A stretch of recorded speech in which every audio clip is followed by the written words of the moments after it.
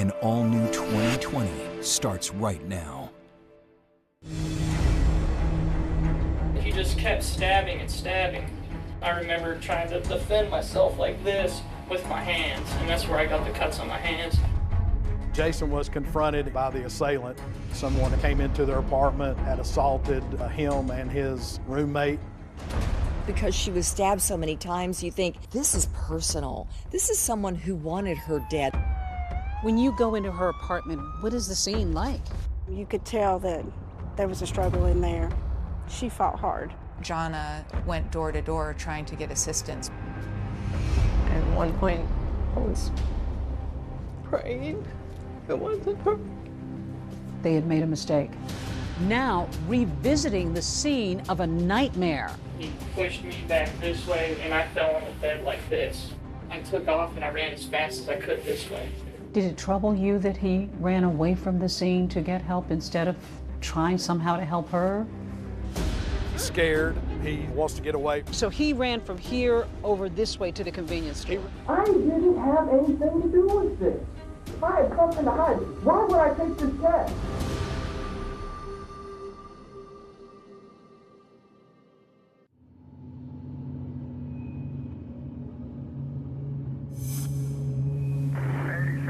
I believe that's next to Warren House, if I'm not mistaken. I'm Officer Dinah Kidd. I work for the Knox County Sheriff's Department.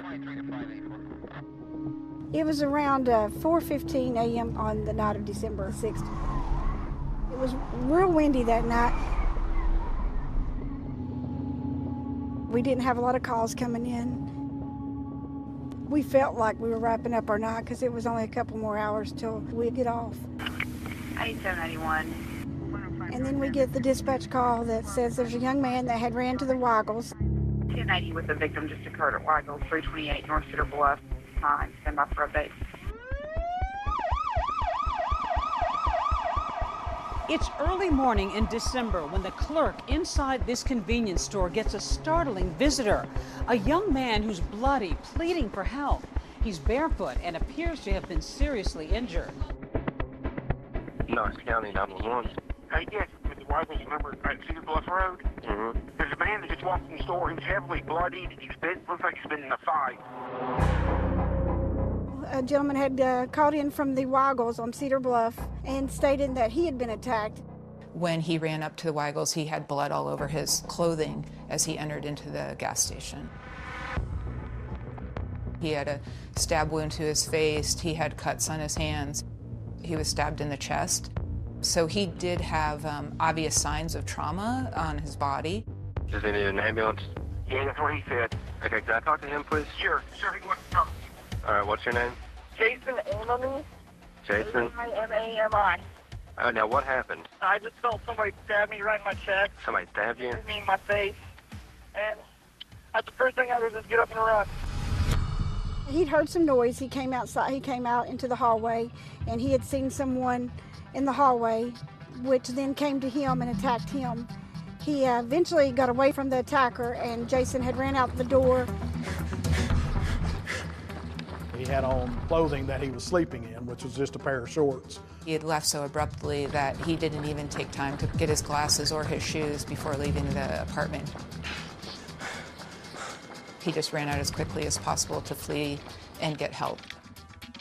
And while Jason Amami tells the clerk that he was able to get away, shockingly, he says he wasn't alone in that apartment.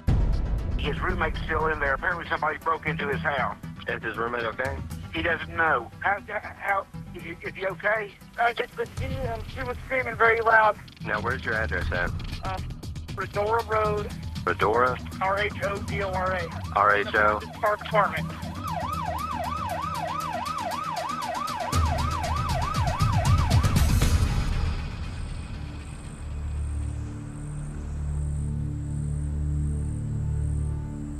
When the call came out, we then went to the apartment complex to check on the girl and kind of see what we could find there. 21-year-old Jonna Berry is barely clinging to life. They found Jonna laying just inside an entranceway. She was face down and had multiple wounds to her body.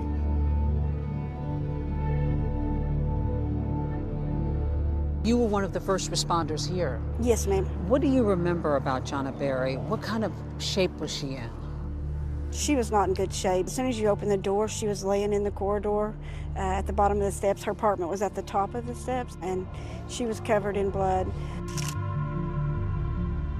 That it was her hair. She's got beautiful blonde hair, and it stuck with me because at the time I thought she might have red hair because there was so much blood. Just kind of moaning, making a few sounds, but was unable to talk due to her injuries. She did have a very large wound on her neck. She also had multiple stab wounds across her body. Over 25 wounds to her body. It was very obvious that Jonna had been in a fight for her life and that it was a very violent struggle. For me, it was one of the worst crime scenes that I have been involved in since being in law enforcement.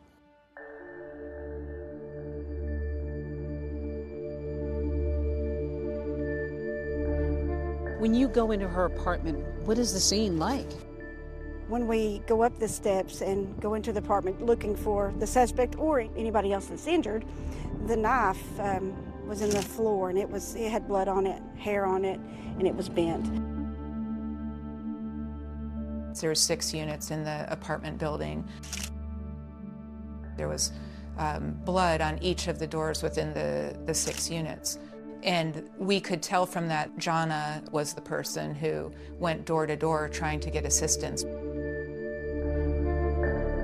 It's 4 o'clock in the morning. It's not the middle of the night, per se. One individual thought someone was breaking into his apartment. We called 911. Knox County 911. Yeah, we hear a lot of noise outside my apartment. There was a lot of banging on the doors right downstairs. Now I hear some sort of yelling. I don't know what it is. Mm-hmm. It's someone else. He looked out his peephole of his door. Do you see anybody outside? I look out the peephole. What's your name? Just hang up on me. She didn't see anyone. It's because Jonna was crumpled on the ground below that peephole.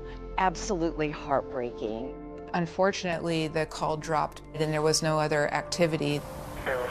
Everything we have for Brandon Park Apartment. Once the residence was cleared and we noticed there's no one else injured in the apartment, we go back down the stairs. I go back to her.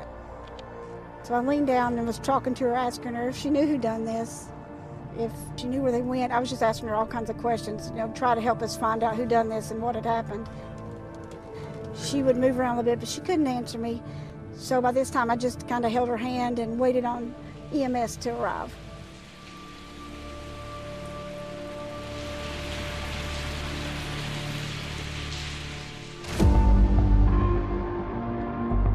That night, 2 young people come face to face with an intruder. Jason manages to escape, but Jonna, who was too injured to speak, did not. We were wondering what led to this horrific tragedy. The attacker has vanished, the motive unknown. Are our children safe? Are we safe? We had no idea who did this.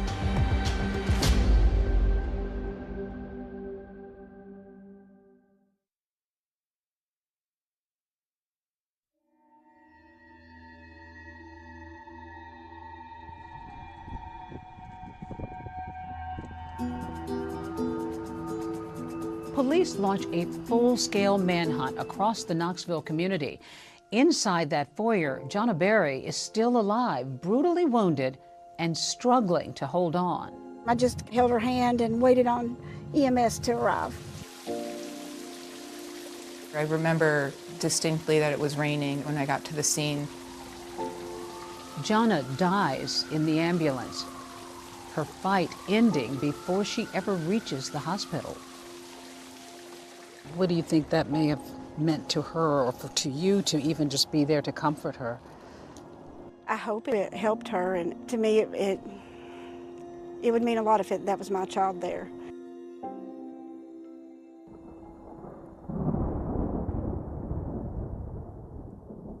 It was 4 a.m. in the morning on December the 6th we got a phone call from Knoxville UT Hospital. The gentleman on the other end of the phone, he asked to speak to Mike, which was very unusual because nobody called my cell phone and asked to speak with my husband. She handed me the phone, and there was somebody on there said, "Are you Michael Berry?" And I said, "Yes." "Do you have a daughter, Jonna?" And I said, "Yes." Just to let you know, your daughter was murdered. I heard him say, "Jonna's been murdered." And at one point, I was praying. It wasn't her. They had made a mistake. Yeah. My youngest son lived here, so I called him and I said, hysterically, "It's Jonna. Something's happened. You need to get to UT." This had to be a nightmare for everybody. It was. It rained all the way. It was like the angels was just crying. Just something that you never forget. After nearly 4 hours on the road, Jonna's parents finally make it to the hospital. When we got there, my youngest son was in the parking lot. He said, "It's true, Mama, it's Jonna." Did you have any idea what happened at that moment? No. And the boys identified her body, which was very upsetting to me. She was in bad shape. Yes. I wish that I could spare them the heartache and the memory that they'll have forever. Jonna, smile for the camera, girl. Hey! Jonna grew up in a tight-knit family in Bristol, Tennessee. Take me back. Tell me what kind of a little child she was. Jonna was a very happy child. She was very ambitious. She did dance and cheerleading. 2 older brothers. She had 2 older brothers. They were very protective of her. You had a beauty salon, and I imagine she was running around. Yes, she would get a manicure. I polished her little nails. She always wanted makeup on and her hair done. She was my best friend. She was your best friend? She was.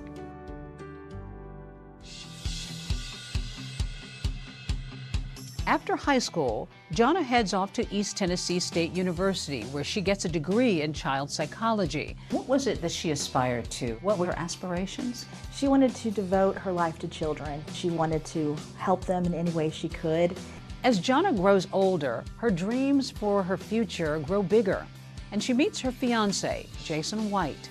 Jonna got engaged when she was 20. Kind of young. It was young, but she knew what she wanted and she worked hard to get it. Jonna loves children, and that passion leads her to Knoxville, where she begins working toward a master's degree in child psychology. Most here consider this a safe slice of America, next to the Tennessee River. About 35 miles away, you'll find Dollywood, nestled in the Great Smoky Mountains.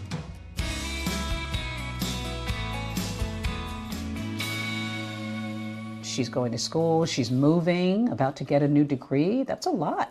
But she was so ambitious. She was constantly on the move. How does she go about finding a place to live? She was in the process of looking for an apartment, but we hadn't found the exact thing, so she stayed with a friend from college. She rented a bedroom.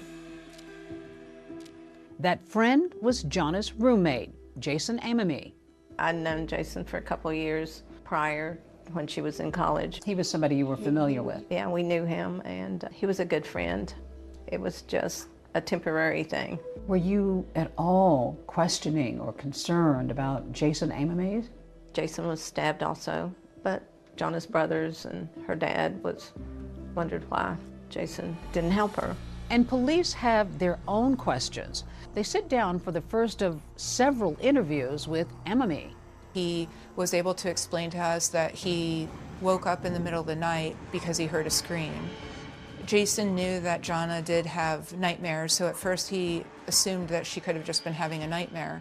But as he got up, he noticed that there was a male figure backing out of Jana's bedroom. Jason was confronted by the assailant. He was stabbed about 6 to 8 times. At that point, Jason didn't hear any more screams for Jana. He wasn't sure if she had escaped the apartment or not. He just ran out as quickly as possible. You have an initial reaction to any attack, and that's going to be fight, flight, freeze. To unravel the mystery of Jana Berry's murder, police zero in on a critical piece of evidence found at the scene. When officers go inside the apartment, they see so much blood, it's everywhere. Then they see a bloody shoe print. A single shoe print soaked in blood. Could this be the clue that unmasks the killer?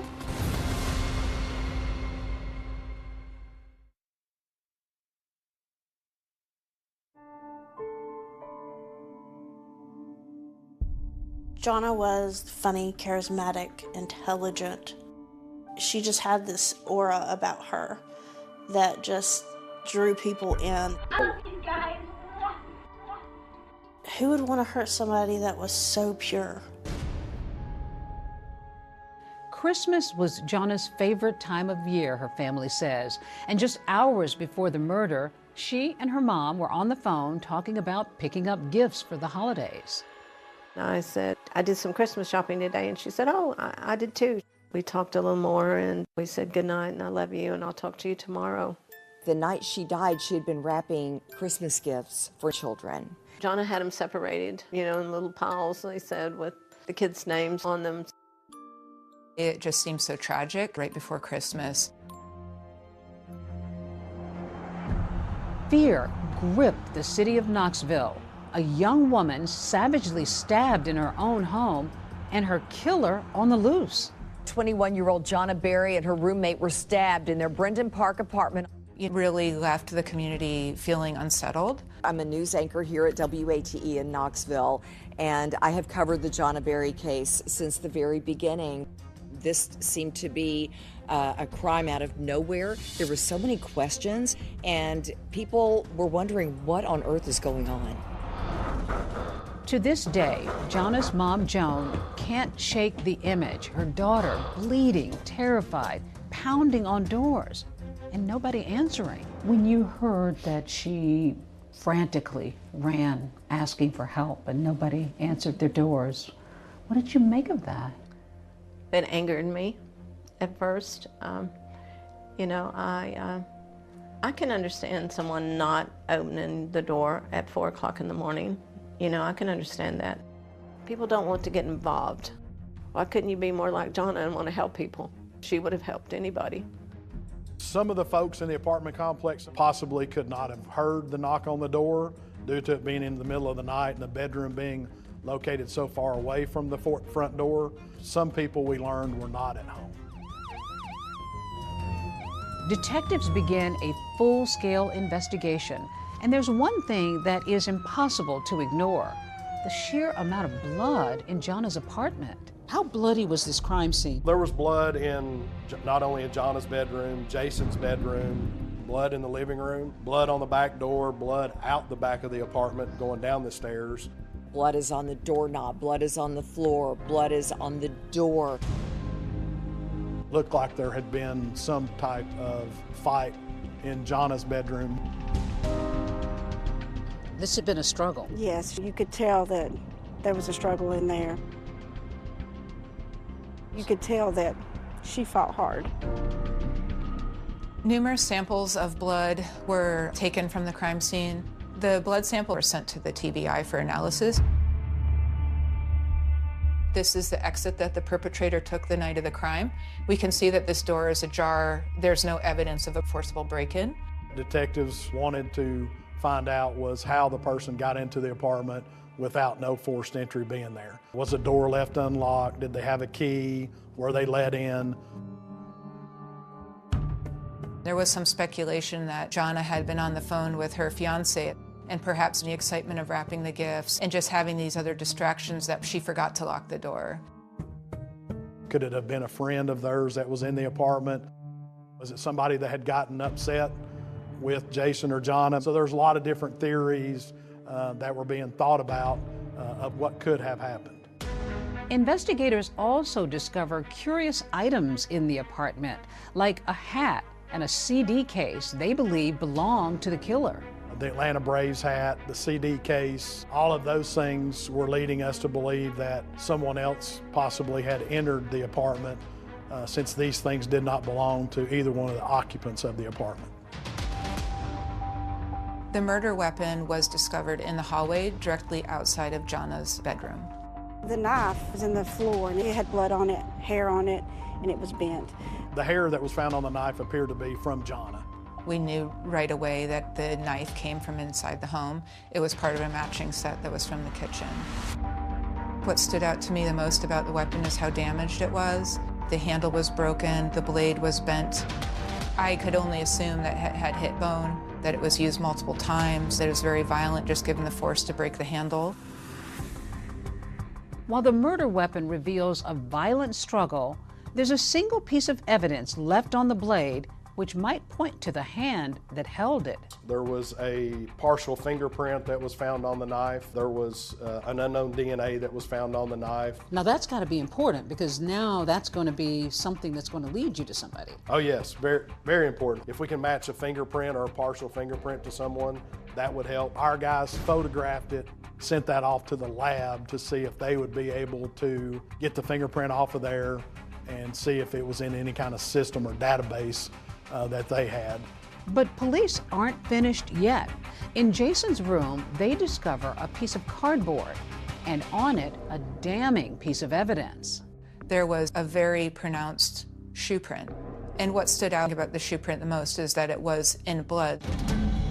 Detectives also take note of the shocking number of times that Jana was stabbed. Jana's autopsy revealed that she suffered over 20 stab wounds, some of them to her neck, head, and face, as well as her chest, back, and legs. She had close to 26 stab wounds. The nature of the crime, it was a very intimate, personal crime. It kind of led to maybe thinking it was somebody that knew her, that had gotten mad at her, maybe a crime of passion. So we were looking at people who were close to her. Because she was stabbed so many times, you think, this is personal. This is someone who wanted her dead. This had to be someone who knew her. And that's when detectives begin looking closely at the two Jasons in Jana's life. Could one of them know more than he's letting on?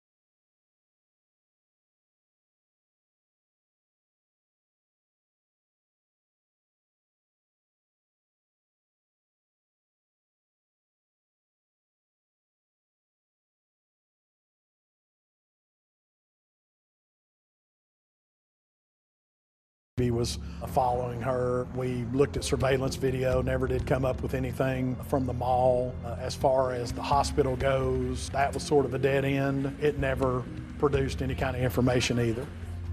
Jana had no enemies. You know, nobody ever expressed being angry with her, or she never had any trouble with anybody.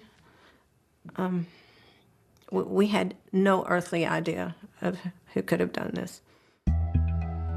We really focused mostly on her closest circle. The first people that we wanted to clear from Jana's murder were Jason, the roommate, and Jason, her fiance at the time. The violent nature of the attack, the numerosity of the wounds, all hinted towards some sort of personal relationship that she may have had with somebody Joan Berry says her daughter met Jason White at a party when they were both students at East Tennessee State University, and the romance moved quickly. We're very fond of Jason. She got engaged at Christmas, and she couldn't wait to show me her ring. She wanted more than anything to be his wife and be a mom and raise a child with him and have them grow old together. She was so excited to marry him. After graduation, Jason moves to Michigan to get his law degree, while Jonna moves to Knoxville to continue her studies. He was in Michigan, and every night she would go to sleep with them talking. And then when she would go to sleep is when he would hang up. In speaking with Jason White, he had explained to us that he talked to Jonna that night. Detectives learned through his cell phone records that his cell phone appeared to be in Michigan the entire time. No, there was no suspicions in my mind. I had never crossed my mind that Jason White ever did that. Very quickly within the investigation, Jason White was cleared as a suspect.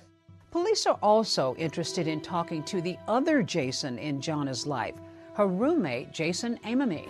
So, how are you doing? I am doing good. Police interview Jason the day after he gets out of the hospital, where he was treated for wounds to his chest, face, and hands. Once Jonna's fiance was ruled out, all eyes went to her roommate. And one of the first questions investigators asked him was, do you have a romantic interest in Jonna? As far as your relationship with Jonna, how long have you known her? I've known her for probably at least over 5 years. Okay. Did you guys ever date? No. Never? No. I was living in Knoxville and she needed a place to stay, so I said I'd be happy to let you live with me, and it wouldn't be a problem. She's got her fiance. Right. This is another guy. What did you make of the arrangement for her to move in with a guy as a roommate? I was fine with that.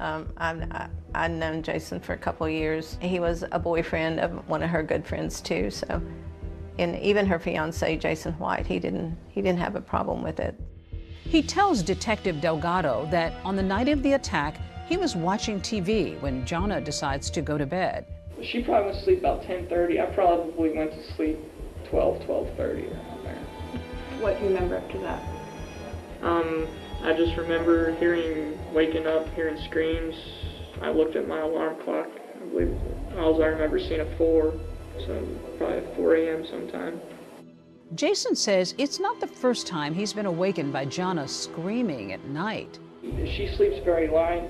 She told me when she first moved in, she said, if I wake up and I'm scared or something, just come in and check on me, make sure I'm okay. At first he assumed that she could have just been having a nightmare, but as he got up and he was leaving his room to enter her bedroom, he noticed that there was a male figure. Next thing I remember is I'm on my bed and he's on top of me. I just remember fighting with him. He punched me in my face. I kept telling him, I was like, what do you want?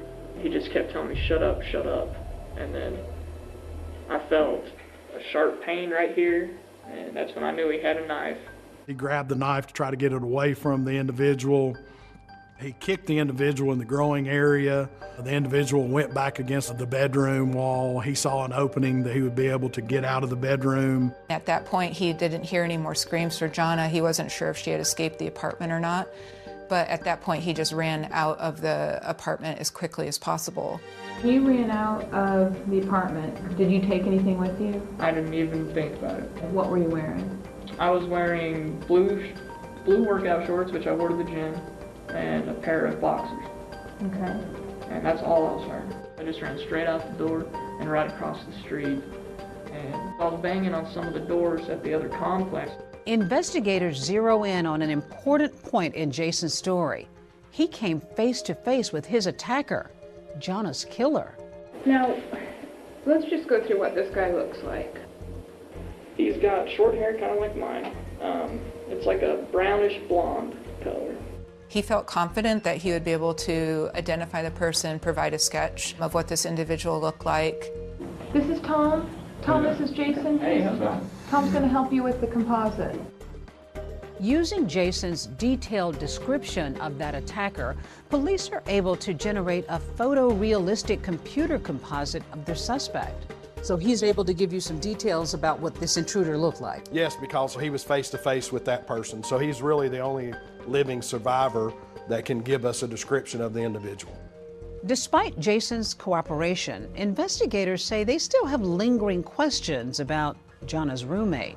There was no forced entry, and I think that led investigators to probably focus a little bit more on Jason Amami. Also, we had to look at the murder weapon came from within the apartment, within their own knife set. So, Jason had access to that. Could he have gotten the knife and used it to commit this crime?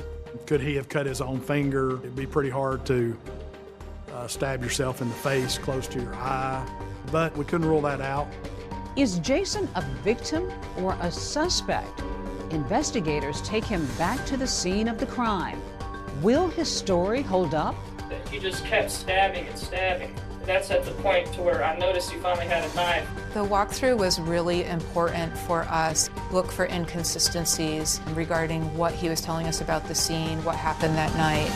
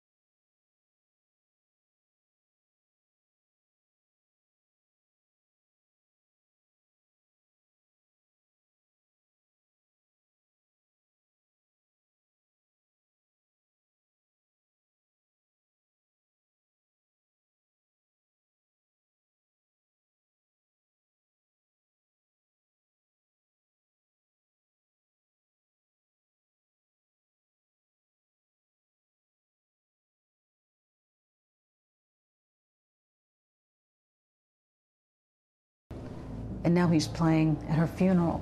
How does a family switch gears like that? You don't have no choice. We had no choice. But there's an unexpected guest at the funeral. Just 48 hours after he was released from the hospital, Jana's roommate, Jason Amami, attends the funeral. And so do detectives. There was a lot of chatter about the fact that Jason had run from the scene and leaving Jana there essentially to die. People thought he had to have some kind of role in this because of his actions or inaction. Did it trouble you that he ran away from the scene to get help instead of trying somehow to help her? It did for a while, but now after you have time to process things and really think about it, I thought he was just trying to get out too, because he was attacked. Detectives want an exact picture of what happened inside Jana and Jason's apartment. With his detailed play-by-play, Jason takes them as close as possible to being in that room when the attack happened. Date is December 9th, 2004. Time is 15:59. We had him look around to see if anything was missing, if anything had been stolen or disrupted. There was an Atlanta Braves baseball cap that was found in Jana's bed. That was not there before, was not owned by Jana, was not owned by Jason Amami. The partial shoe print on the cardboard, the Atlanta Braves hat, those things were leading us to believe that someone else possibly had entered the apartment. In the sheriff's office video of the walkthrough, you can see that Jason's wounds from the attack are still fresh and visible. Still, he's able to calmly describe the evening's events in great detail. I came home from the gym and the door was locked. Jana was sitting right here. The walkthrough was really important for us to watch his body language, listen to him, look for inconsistencies regarding what he was telling us about the scene, what happened that night. He tells police the same story he did in his interview the day of the murder. Jonna went to sleep first. He went to bed around 12:30 and then was awakened around 4 a.m. I heard a scream. I didn't say a word. My door was totally closed to my room. I woke up just from my sleep here, and I remember walking this way. He says he opened his bedroom door, which was closed. He was confronted by someone. And he is right there. And I'm still looking down, and I remember doing this and having him face me and grab me like this. And then he pushed me back this way, and I fell on the bed like this. At first he was confused. He wasn't sure if he was being punched or being stabbed. He just kept stabbing and stabbing. And that's at the point to where I noticed he finally had a knife. I remember trying to defend myself like this with my hands, and that's where I got the cuts on my hands. And Jason described pushing them back towards the wall of the bedroom. That information was corroborated by blood smear on the drywall. Jason says he no longer heard Jonna screaming and didn't know if she had escaped the apartment or not. I took off and I ran as fast as I could this way. He said that when he left the apartment, he had to unlock the front door to get out. And as I ran through here and got the door open, I just ran.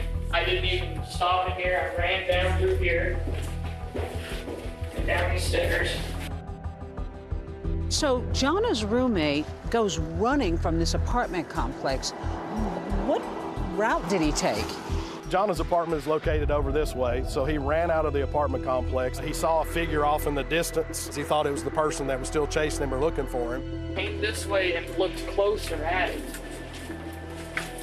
And I saw a figure come from behind this little cabana here and kneel down in between one of these bushes here on the other side of the pool.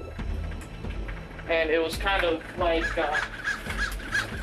somebody going like this. Walking like this. After knocking on doors at a neighboring apartment complex but not getting any help, Jason takes off down the road. I think the biggest information that we got from the walkthrough was he felt like he was being pursued, and you kind of started to understand how and why he made it all the way to the 24-hour convenience store before he could summon help. I bolted down to the street. And I got behind the car and started yelling at the door. They didn't even stop. So I remember going just right next to these bushes here. I remember scaling right about this point right here. And then when I got to the door here, I looked inside, noticed the clerk. I got to here, told him to get help. After that minute-by-minute account that was consistent with his earlier statements, detectives are now less convinced that Jason could be the killer. But is he telling the full truth? When Jason was confronted by the polygrapher, he became very upset. Turn your chair around, let's talk. Yeah. Your scores were substantial, Faith. Where am I wrong then? I have told you the 100% truth. And new physical evidence leads to more questions than answers. There was Jonna's DNA, Jason Amamy's DNA, and there was an unknown DNA that was collected. They realize there's a third party that was in that room. And a twist so wild, not even seasoned investigators could see it coming. I felt very confident. This has to be our guy. Why would anybody want to cop to a crime they didn't commit?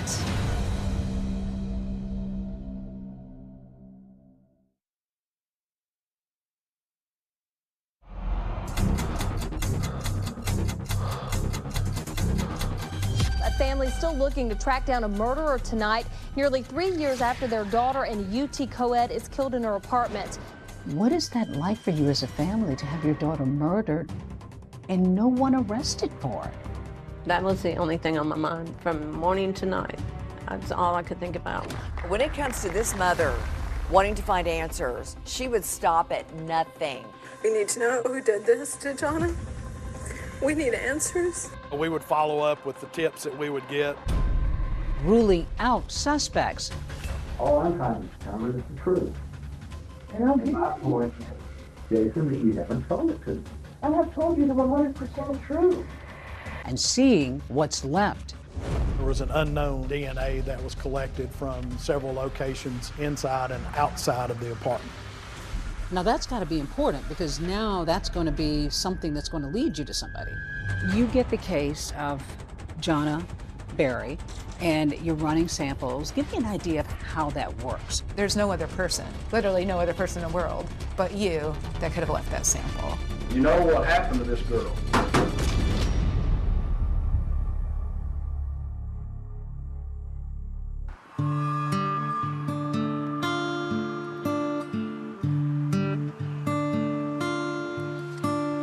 Here in Knoxville, we don't have a murder every day. When something like this happened to Jonna Berry, it kind of shook up the neighborhood. Brendan Park Apartments calls itself a peaceful retreat here in West Knoxville. But one early December morning, that peace was shattered. 21-year-old Jonna Berry had been brutally stabbed in her own apartment. In a million years, I would never have thought that this would have happened to my daughter.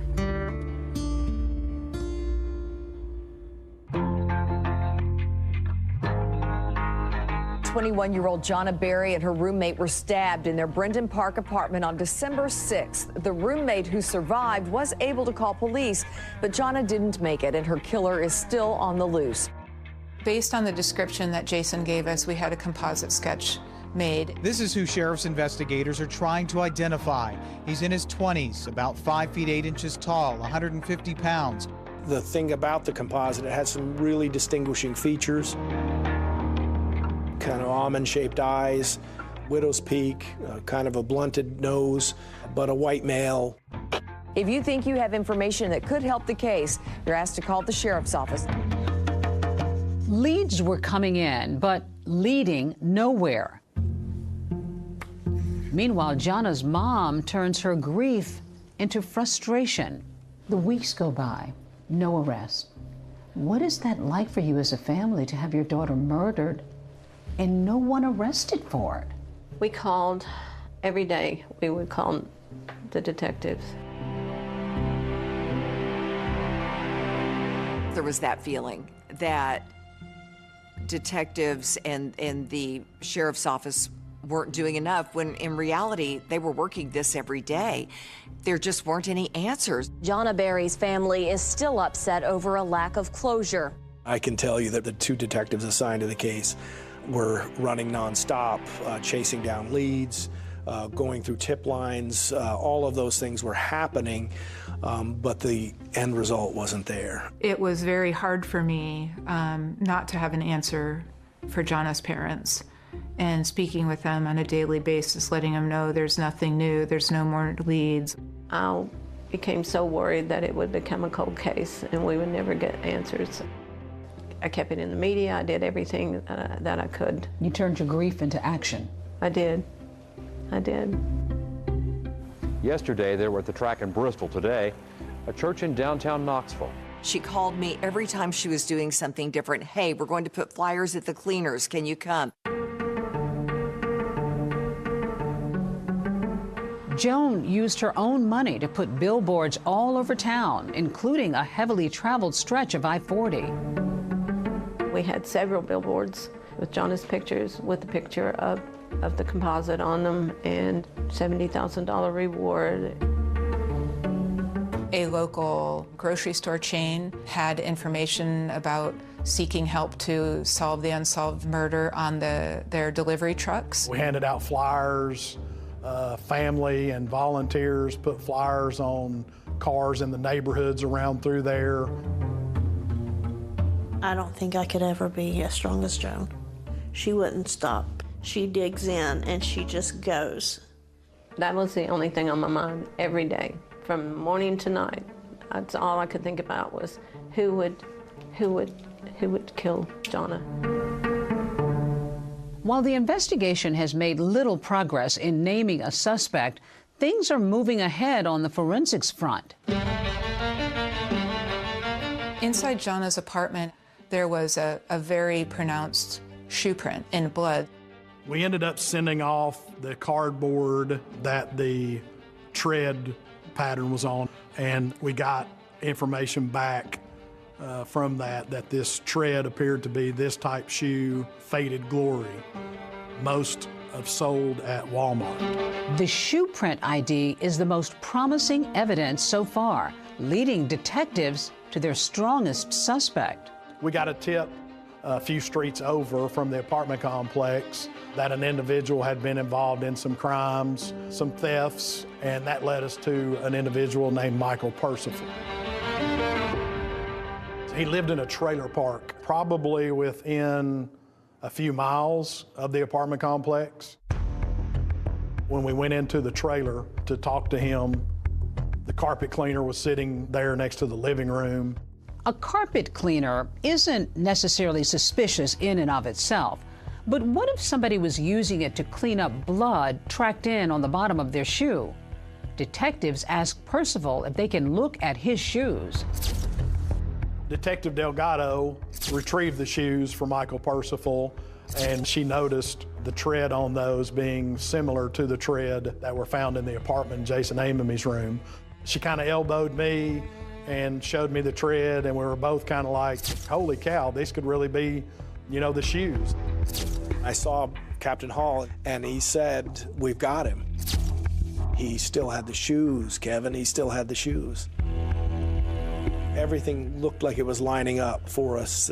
Michael Percival was the individual responsible for Jonna's death. But does the shoe fit? We can't believe what he's saying. You know, it doesn't make any sense. And there are more questions for Jason Amamy as his patience wears thin. 100%. I have anything to do with this. Calm down. I'm mad here. I ain't getting out of bed. Calm down. I feel like a suspect.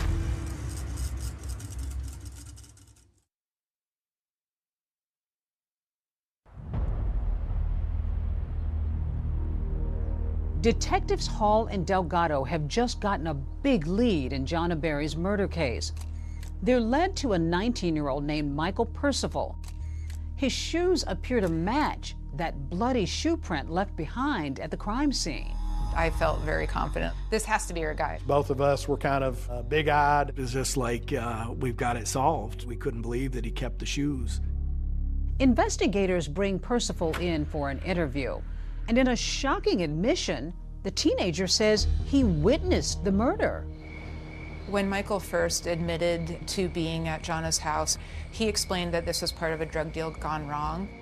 He said that he went there with a drug dealer to collect money from Jonna and Jason for drugs that they had purchased. He said that he entered the apartment and this individual that he came with was stabbing Jonna and Jason inside the apartment.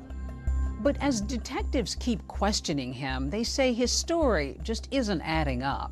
There was nothing to indicate at all that Jason or Jonna were involved in drugs, so it was very inconsistent with what we knew about the victims. Jonna was never involved in drugs. She was very straight-laced.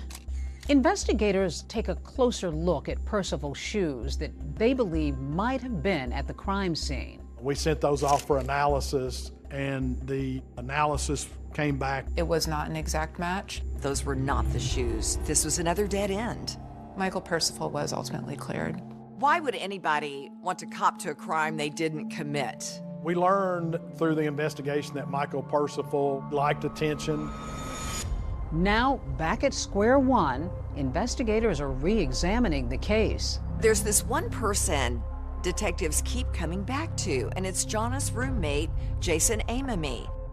While evidence such as the CDs, a baseball cap, and that bloody shoe print suggest a third person might have been in the apartment, detectives still have questions for Jason.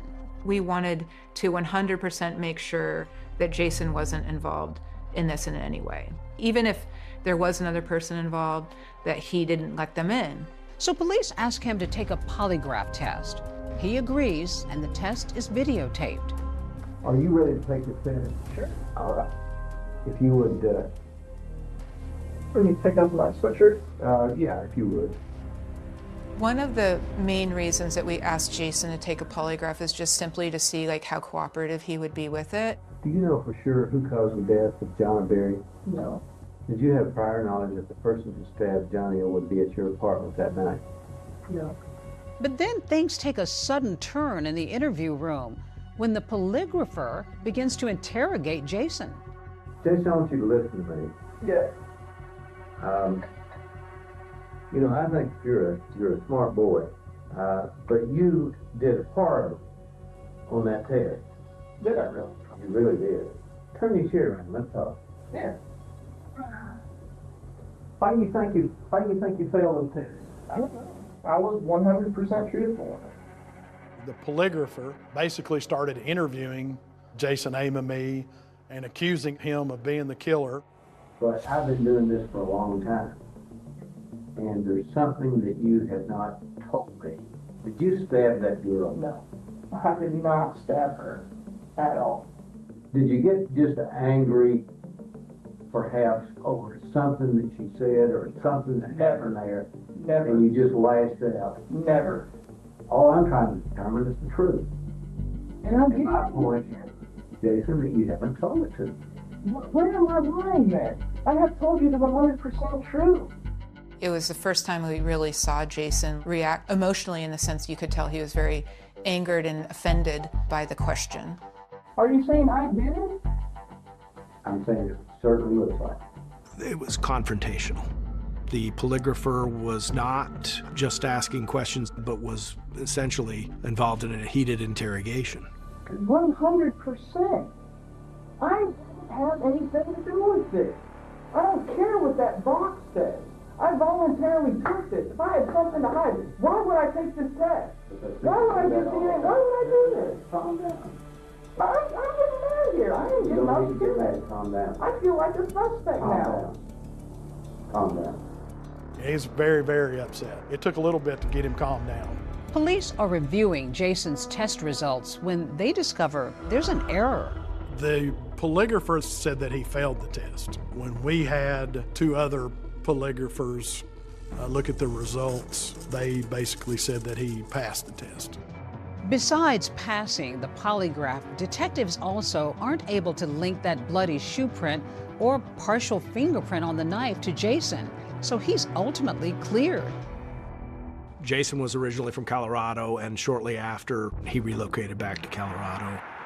Michael and I traveled to Colorado and visited with him. He answered our questions and had time for us, and I'm sure this has affected Jason's life too.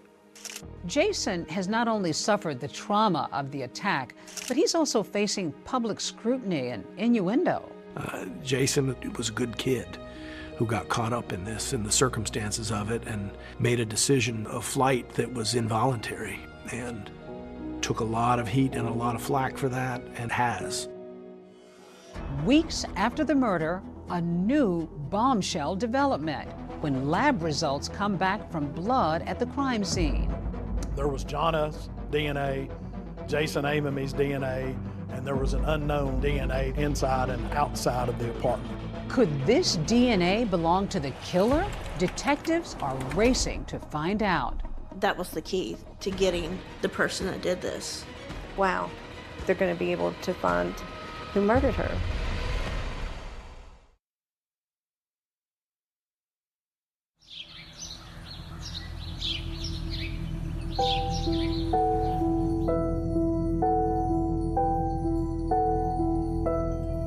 I see memories of Jonna everywhere in the house, right? Yes. These are Jonna's little baby shoes. They rest here? That's where they stay here all the time, yeah. Even though years have gone by since their daughter's murder, this is my pride and joy. I love this. In nearly every corner of every room, mementos of Jonna. This is Jonna's room. We call it Jonna's room. Jonna's room. Still. And I still have her wedding gown. You still have Still it? have her wedding gown. All these years after later. 20 years. This is it. That's beautiful. This is the dress. Her wedding gown. All the beading. Oh, look at the train. Oh. She looked beautiful in it. Yeah, it's 20 years old. She had picked out a wedding band for Jason, and we bought it. So Jonna's dad wears the wedding band. He wears it every day. Well, still got it. She worked so hard and did so many things. That was a small gesture. I'm glad that she got to experience being engaged and planning a wedding. Weeks after Jonna's murder, investigators still don't have a suspect. But then a break in the case. DNA results have just come in.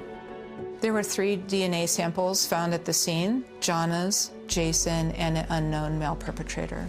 The unknown sample, it was found in Jonna's bedroom. It was also found in the living room, and it was found on the back door and outside on the back deck.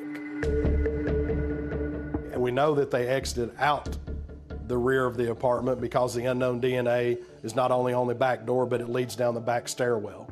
We found no unknown DNA on the front door or leading out the front door. Detectives also make a key discovery on the murder weapon. There was an unknown DNA that was found on the knife. The race is now on to find out who the DNA belongs to. We thought they're going to be able to find who murdered her. But after running that unknown DNA through a law enforcement database, investigators get some disappointing news. The DNA comes back to us. There's no one in the system that comes back to. They don't know who it belongs to. It seemed unusual to us that a person would commit a crime with such violence if they didn't have some sort of other violent history. They ran the DNA and no match. No match. While meeting with investigators, Joan learned something else that shocks her. Tennessee doesn't take DNA if you're arrested for a violent crime, only if you're convicted. I was absolutely shocked, and I even said, wow, well, that needs to be changed. And that's exactly what Joan does. For more than 2 years, hoping it might lead to her daughter's killer, she pushes for a new DNA law. I would go to the Capitol and introduce myself and ask them if they would support the DNA law. We're talking about any violent crime such as murder, rape, even robbery. Those people arrested would have to submit their DNA. Joan is a fighter, and she rose up like a phoenix. Jonna Berry was her name, and her parents, Joan is sitting in the back of the chamber here with me today, have been on a crusade. Well, a victory today for family and friends of murdered UT student Jonna Berry. I think this is a very important bill for every citizen in the state of Tennessee. You pushed and pushed, and you got this law passed in Tennessee. You changed the law. Yes, we did. Jonna's law. It is. It's called the Jonna Berry Act. But ironically, even after changing the law, Joan discovers there's still no match with that unknown DNA in her daughter's case. How did you find the strength to keep pushing? And this was the most important thing in the world to me, to find out who murdered Jonna. When it comes to this mother wanting to find answers, she would stop at nothing. To keep her daughter Jonna's name out in the public, Joan goes on national talk shows. Joan, what has it been like all these years? There's no words to explain what we've gone through. She even goes on the Montel Williams show seeking a psychic's help. Really need to know, we need to know who did this to Jonna. We need answers. Heartbroken warrior. That's who Joan is. That was my prayer always, to have an answer. And I believed in my heart that God would answer my prayers. Even if it took a while? Mm-hmm. And one day he said, "What are you worried about? It's gonna be okay." As the investigation into Jona's murder went on, it really expanded. Thousands of tips came in. We would follow up with the tips that we would get. Every person that we came in contact with, we asked them to voluntarily commit to a DNA sample. We looked into any person that we possibly could, but it was just dead end after dead end.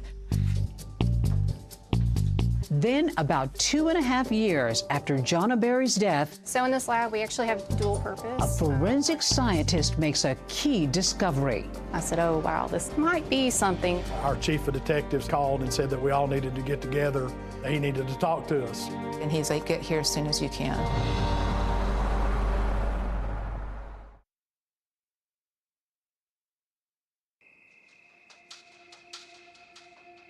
A family still looking to track down a murderer tonight, nearly 3 years after their daughter and a UT co-ed is killed in her apartment. The main thing that you're going on is DNA evidence. Yes, we had the unknown DNA. It was really our only connection to the person that was connected to this crime. We thought, will we ever have this case solved? Then the case makes a turn. Someone called in a tip after looking at the composite sketch, and they said, that looks like someone I know. And that someone is Taylor Olson. Looks very similar. Yes. Taylor Lee Olson is 22 years old. He lived about 15 minutes from the crime scene, and he was known to have committed some petty crimes, also harassment, theft. He also had an outstanding warrant for his arrest out of another jurisdiction. We arrested him, asked him about the crime. Does he present in any way at all to you that he might have a connection to this? He said that he didn't know anything about the crime. He voluntarily gave us his DNA. Given that Taylor Olson only had smaller petty crimes, he didn't really fit the profile of who we were looking for. We just thought, hey, you know, this is just another person that looks like the composite sketch. Olson's DNA is then sent to a lab to compare it to the unknown DNA found at the crime scene. It comes back, it is a match to the blood of that unknown person found at the crime scene.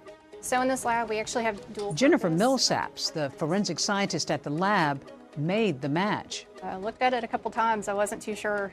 I wanted to make sure that it actually was a match and I hadn't confused something. So we actually ran it twice to verify it. That must have been a big moment. Oh yeah, it was huge. Amazing.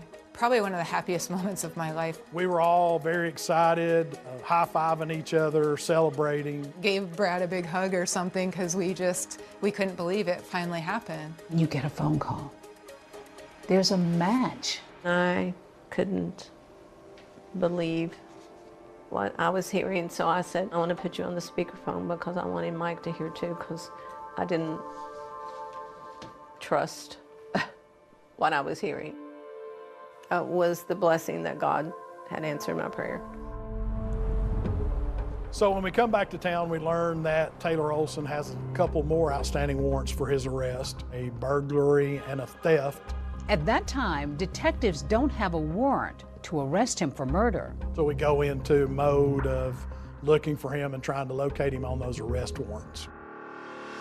He was found, ironically, in the mall where Jonna worked, in the parking lot of the mall. He was inside the trunk of a car. He was trying to hide from the officers. So we took him into custody. You had your suspect. We had a suspect. We wanted to give him an opportunity to explain why his DNA or his blood was found there in the crime scene. What's up, Taylor? How you doing, man?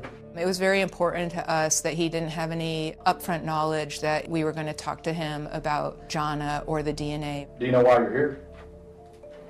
Pretty much. What for? Guys accused me of breaking into his house and stealing a bunch of steel. Had you ever heard about the Jonna Berry homicide case before? Mm-hmm. So you'd never seen Jonna Berry before? Like, in person? Yeah. No, I never met her. Detectives decide to confront Olson with the DNA evidence. After I sent your sample off to the TBI lab, they got us a report back. It's a match for your DNA being in Jonna Berry's apartment. Is this a joke? No. Like, I really don't know anything like it. Trust me, it's not a joke. Is there any reason that you can explain your blood being in John Berry's apartment? My blood was in John Berry's apartment. Right. You serious? Yeah. He was very adamant that he was not there. He denied any involvement. You think killed someone? I'm just talking about the evidence, is what I'm talking about. I've never killed anyone. We knew he was there, of course, because of the blood, his DNA being there. So we're here to give you an opportunity. Okay. To, tell us what happened, why you were there, and why your blood was there. I have never been there. I don't even know killer. I haven't killed no one. I've never killed anybody. Never. There was no doubt in my mind at that point that this was the person that we've been looking for. We have your blood there. So I'm pretty much huh? We're giving you the opportunity to explain. I don't have an explanation. What happened? Finally, we were just like, hey, he's just going to keep going and going with his story, and nothing's ever going to change. It almost seemed like he thought that he was going to get away with it. Olson is questioned 3 days in a row. And on the final day, investigators are about to make a breakthrough. I've been sitting out here in the hallway listening to this that you're talking about, and I'm just about sick of it. Why did you do this to this girl? And finally he said, okay, I was there. I can't believe this happened. You got the knife away from that person, went kind of crazy.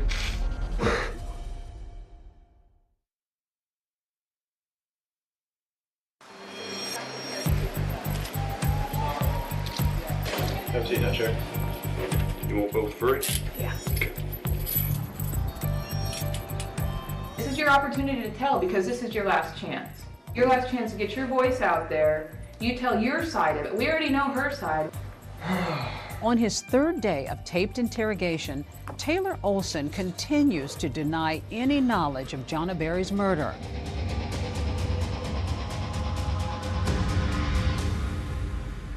Why don't you tell me what happened when you were inside? I don't know. He would just say, I don't have an explanation, don't have an explanation. So finally, we just said, like, enough's enough. Taylor, I've been sitting out here in the hallway listening to this you're talking about, and I'm just about sick of it. You know what happened to this girl? Look at this. You were there. You know what happened to her? We know you were there. The evidence shows you were there. Why did you do this to this girl? Huh? Why'd you do that? And that's when you really saw Taylor change. Like once he saw the crime scene photo, this is what happened, this is what you did. Like, you need to talk about this. Finally, with evidence of the crime staring him right in the face, Taylor Olson begins sharing his own account of the night of the murder. I just didn't understand what happened. I just Did you thought I got too Did you drunk. have blood on you? Were you cut? I don't remember if I was cut. Eventually, more details begin trickling in as Olson says he was out that night with a friend named Noah Cox. Me and Noah went out and jacked a CD player out of a car. And we kind of got lost from each other. And someone came out when we were breaking into cars and yelled at us. Ran off. I don't know where the hell he was. Now, wandering around on his own, Olson says he suddenly found himself outside Jonna's apartment. He says he goes up back steps of Jonna and Jason Amamy's apartment. I was looking for some keys. And then someone said, "Who are you?" or "What are you doing?" or something. And I was like, chill out. And then I just heard like a yell, and then I just felt the pain. He goes in Jonna's bedroom. Jonna wakes up. He says they get into a confrontation and she has a knife, stabs him on the arm, fought with her over the knife. She did fight back hard. She fought for her life. That's why the stabbing kept going on and on. You got the knife away from that person and just went kind of crazy? Yeah. I guess they were sleeping with it.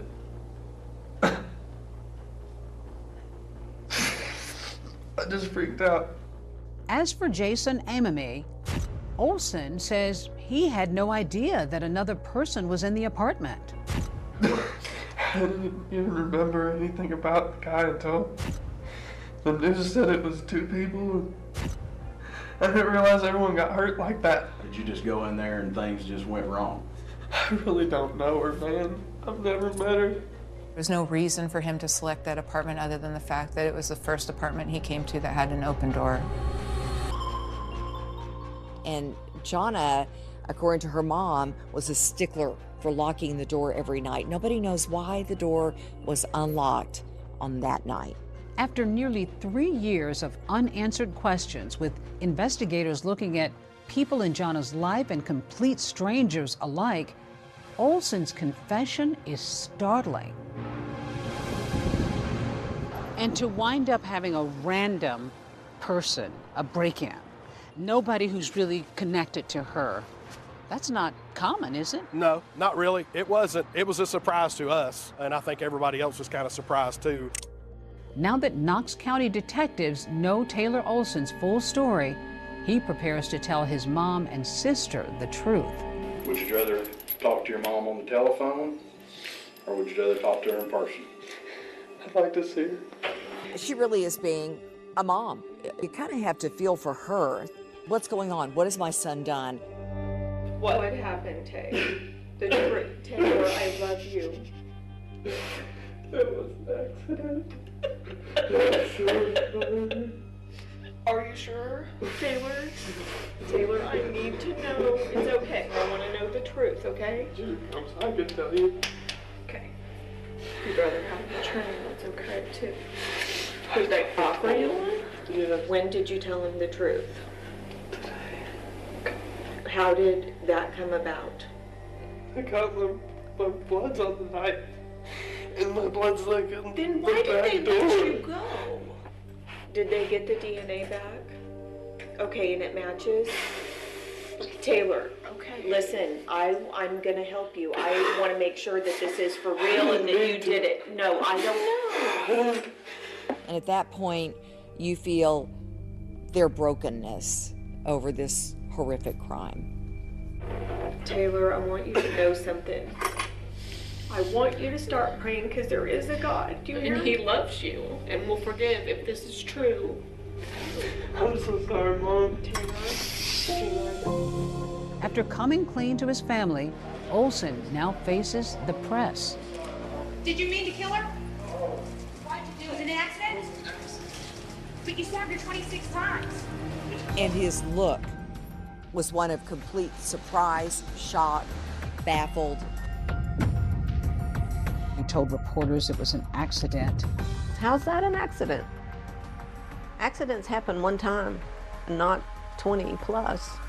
No, that angered me that it was an accident. Well, after 33 months of wondering and waiting, Jonna Berry's parents finally came face to face with the man charged with killing their daughter. 22-year-old Taylor Olson, he's facing 7 counts, including first-degree murder. But just as Taylor Olson is about to go on trial, he does something that utterly rocks everyone involved in the case. You finally are getting to court, and then you get shocking news.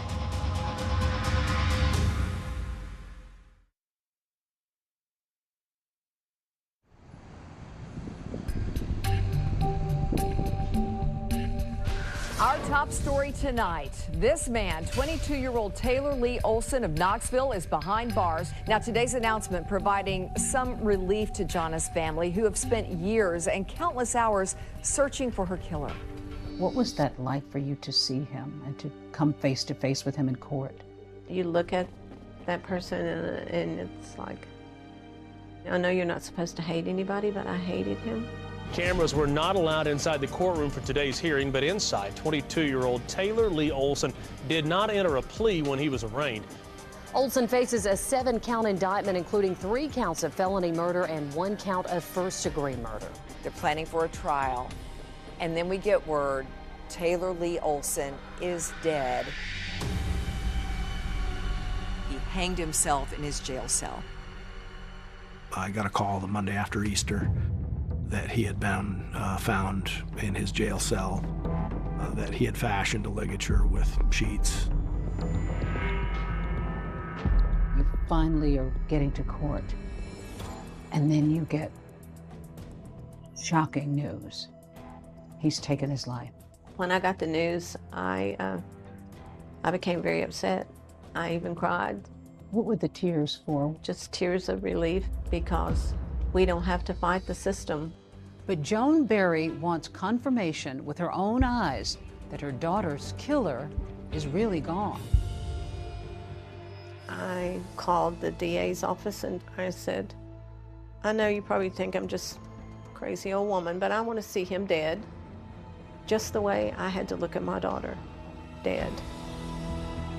Joan and Mike wanted that. We met in the conference room in the district attorney's office and showed them photographs of Taylor Olson's autopsy. To some people it might sound cruel, but I think it gave me some closure. I think that the Berrys needed to see the photos of Taylor Olson because they were deprived of the right of a trial. Though there's no trial, the case isn't exactly over, because in writings left behind in his jail cell, Taylor Olson tries to argue his innocence from beyond the grave. I read a bunch of letters that said, I didn't do it, and hung himself. That's a coward's admission of guilt. Olson writes a long note called The Story, where he tries to shift blame by bringing back a familiar name. Taylor Olson said he didn't do it and that Noah Cox, his friend, is the one who committed the crime. Noah Cox was the individual that Taylor said he was with when they were breaking into vehicles and were separated. In an audio recording with investigators, Noah Cox denies breaking into cars with Olson that night, and he's adamant that he was never in Jonna Berry's apartment. Mr. Cox, were you present in the apartment when Jonna Berry was murdered? No, sir. The whole story just really doesn't make sense. We had talked to Noah Cox. He had submitted to a DNA sample. His DNA didn't come back as a match to the unknown sample. There was no evidence showing that Noah Cox was ever in that apartment. There's no other blood samples, fingerprints, nothing to indicate that anyone but Taylor was there. Taylor Olson's partial fingerprint was ultimately found on the murder weapon. Was there any part of you that felt any sadness for the outcome? I felt sad for his family. Two families' lives have been ruined, you know, painfully. I'll never see my daughter again. Now they'll never see their son again. Through their pain, Joan and Mike Berry stay busy, focusing on the laws they've changed and all the victims they've helped. And now here we are at the TBI, where there is big change. There is change. There's now a memorial to Jonna at the Tennessee Bureau of Investigation's Knoxville DNA lab. Long after we're gone, she'll still be helping others. To be able to have made that kind of change in a state law, that must be gratifying, even in the midst of your heartbreak. It is very gratifying, but it's also sad that this had to happen to my daughter. And when Joan and Mike aren't tirelessly fighting for victims' rights, every senator vote on the bill. Every senator vote has every senator voted. You do remember that one? August the 26th or 21st birthday. they take time to savor the bright, wonderful memories their daughter left behind, including a note written to each of them on her high school graduation day. I still have the letter, so I'd like to read it to you, and it says, "Dear Mom, I want to thank you for being my mom. You have always been the one I could turn to, no matter what. The only true friend that I've ever had. I only hope that someday that I'll be a mom as good as you are. I hope that I have made you proud, and I hope I will continue to make you proud in the future. I love you, your daughter, Jonna." I love you guys. She loved life. You know, I can still see her in her little red convertible with the top down, and her ponytail blowing in the wind. Jonna, smile for the camera, girl. Hey! Jonna's dead, but she's not dead in my heart. I plant flowers in her memory. Sometimes I'm outside, I think butterflies remind me of her. So she's still with you? She is.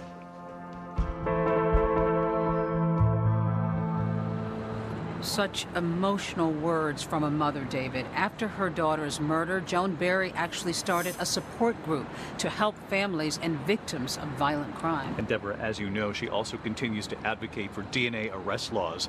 Today, 34 states require that DNA is collected after an arrest. That's our program for tonight. I'm David Muir. And I'm Deborah Roberts. From all of us here at 2020 and ABC News, good night.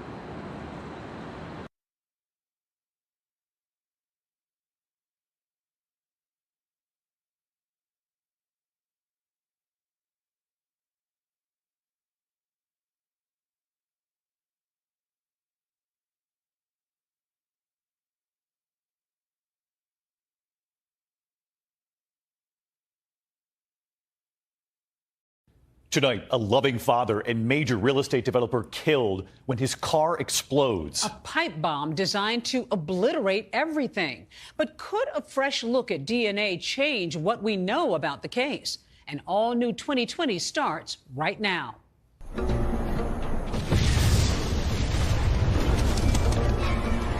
When they killed Gary, they killed Gary. I still can see it when I close my eyes. This windshield pops off the car and goes how many feet? 400 feet. I'm the killer. I got my gym bag, which fits in the country club scenario. Open the door, put it down, close the door. I walk away. It is one of the most notorious murders in Tucson history. He was a wonderful father. He was a true gentleman and a true kind person. They rubbed shoulders with people in high society. Everybody thought car bombing has to be a mob hit. Very spectacular. We're sending a message. Turns out, according to some, who didn't want him dead? A long list of persons of interest, an ex-girlfriend, an ex-wife, ex-business associates. It was pure obsession. His hatred was pure obsession. And we're going to reenact the bombing. Everybody's under? To see how it could have been done. 2, 1. Now we're starting to pick up some heavy components. That you can take what seems like a scene of classic chaos and create any kind of order out of it is remarkable to us. So what specifically did you find as you looked at all that evidence? And it was titled To Kill. And right at the top of the list was Gary Treno.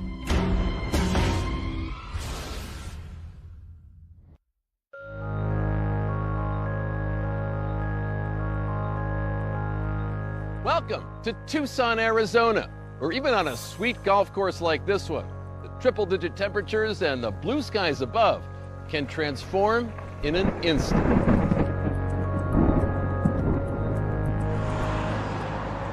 La Paloma Country Club is nestled in the Tucson foothills. It's absolutely beautiful. You can see the city, you can see the mountains. It's Jack Nicklaus Golf Course. Typical Friday, very busy golf day. Wednesdays and Fridays were gambler days.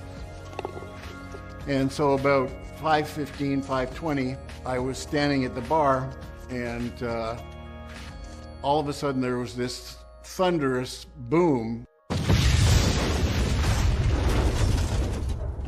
I heard this huge bang, and I rushed over there, tried to see if there's something I could do. Okay, what's going on there? Okay, there's some kind of an explosion in the country club parking lot. I'm not sure. We have one of the victims has no pulse. They've begun CPR.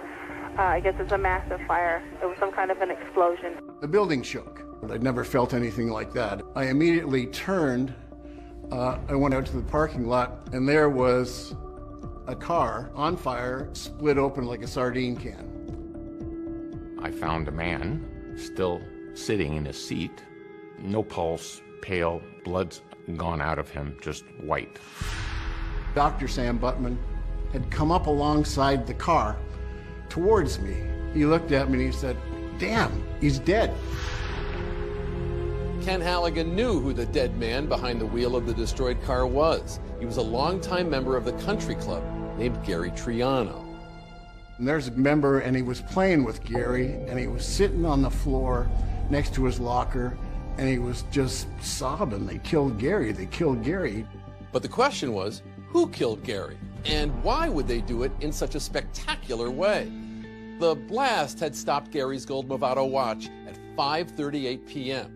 End of the line for a wheeler dealer who was unafraid to gamble on the golf course, or for that matter in the business world. And according to his lawyer, Ron Lehman, a man always ready to bet big on himself. Gary was a tall person who would command a room when he walked in. Dark hair, always had a nice suntan, always had a smile. He was larger than life. Starting in the 1980s, this former car salesman, he'd sought to take advantage of the population boom in Tucson by getting into real estate and land development and gaming on a Native American reservation. One of Gary's most successful projects was Indian gaming.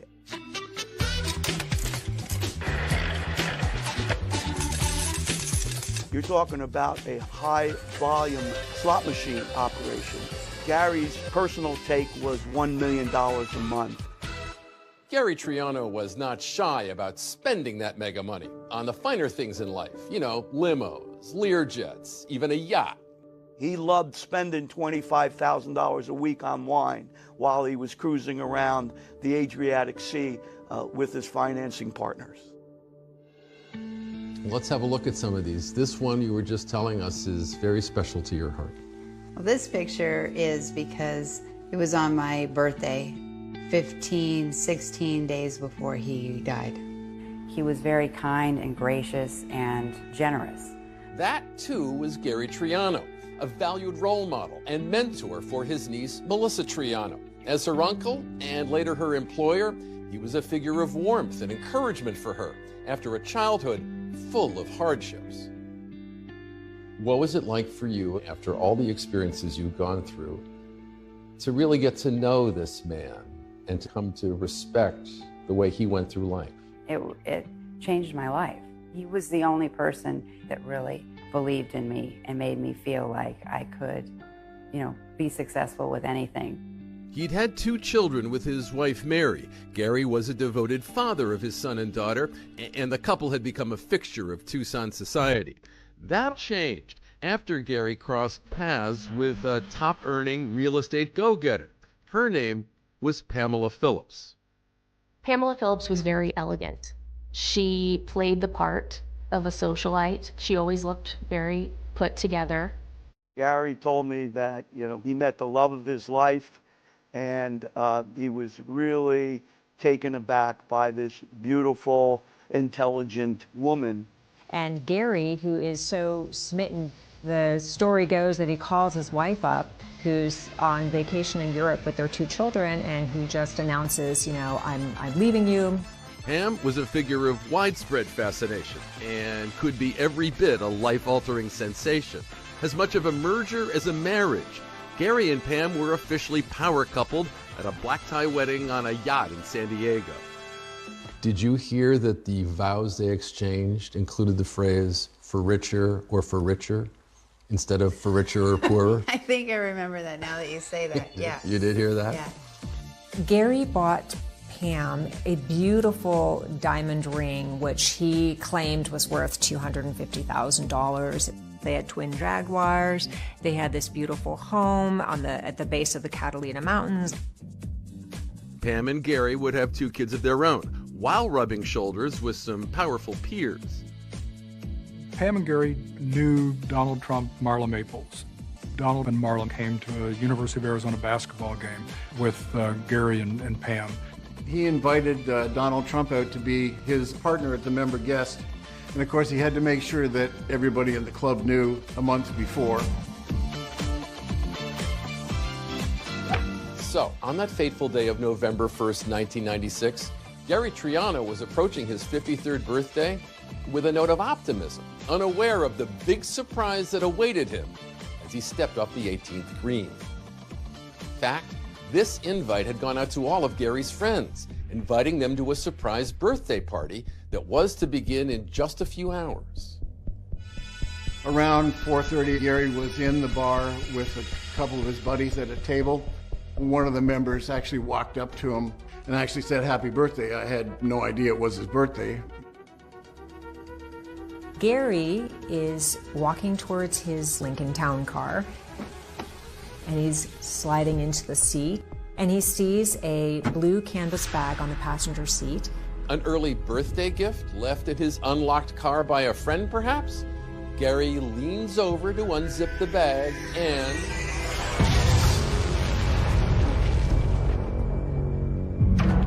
The impact of the explosion was incredible. The front windshield flew like 200 feet into the air and landed in the swimming pool.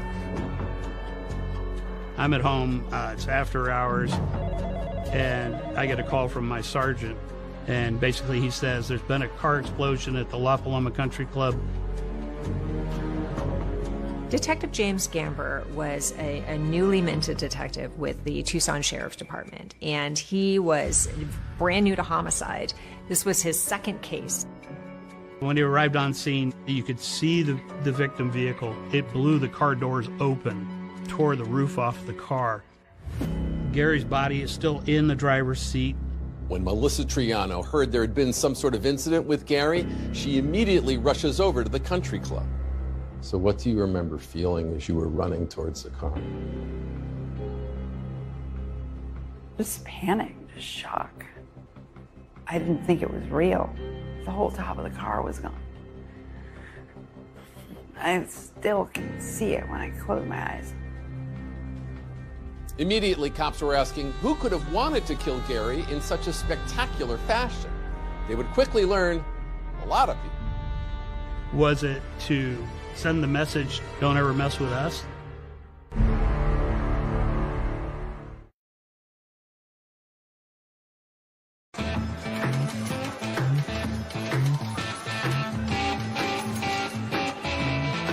So in the movie Casino, Robert De Niro's character, closely based on the real-life mobster Frank Lefty Rosenthal, climbs into his 1983 Eldorado, turns on the ignition, and is engulfed in a fireball.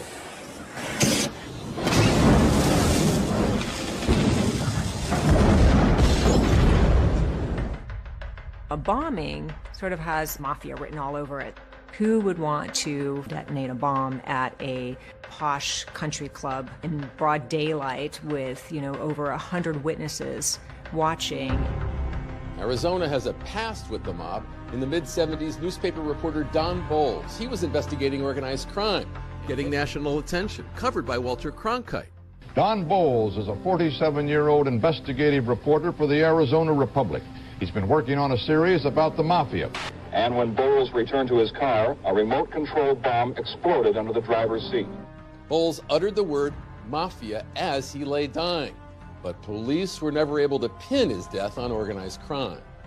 Strictly speaking, what killed Gary Triano was not a car bomb. It was a pipe bomb on the passenger seat, detonated by remote control.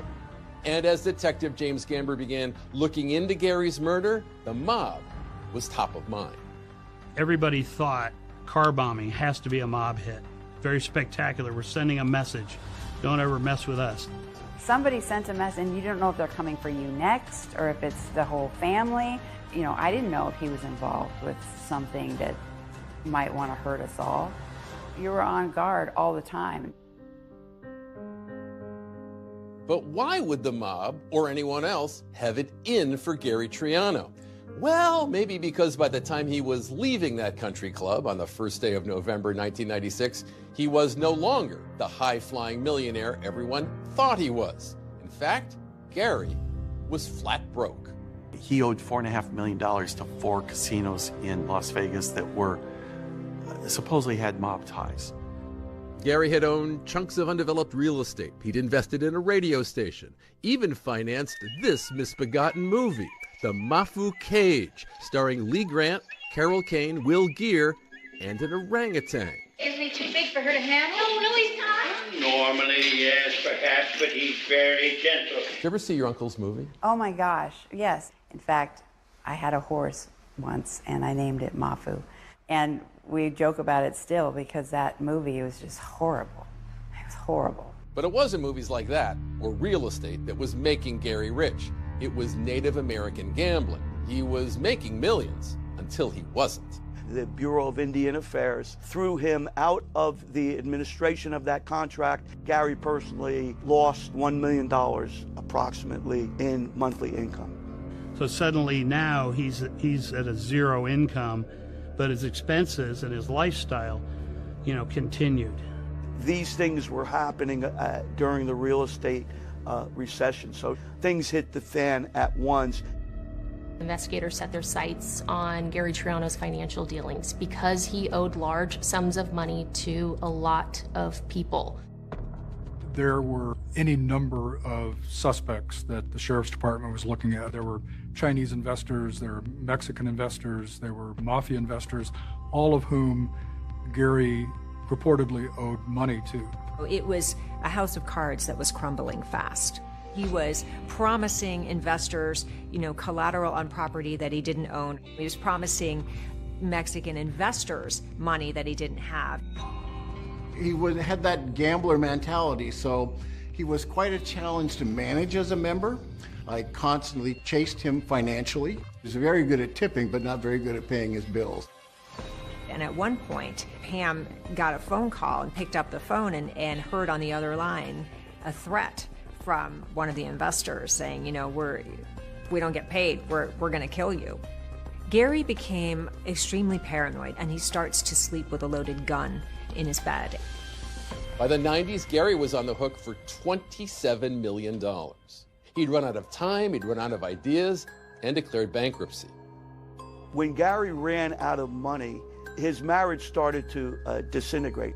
Pam had sort of had enough. She had married this man who was worth millions, and now he wasn't. So Pam's done, and she files for divorce, and she flees, and she heads off to Aspen with her children. A bitter divorce and financial ruin left Gary scrambling to stay afloat.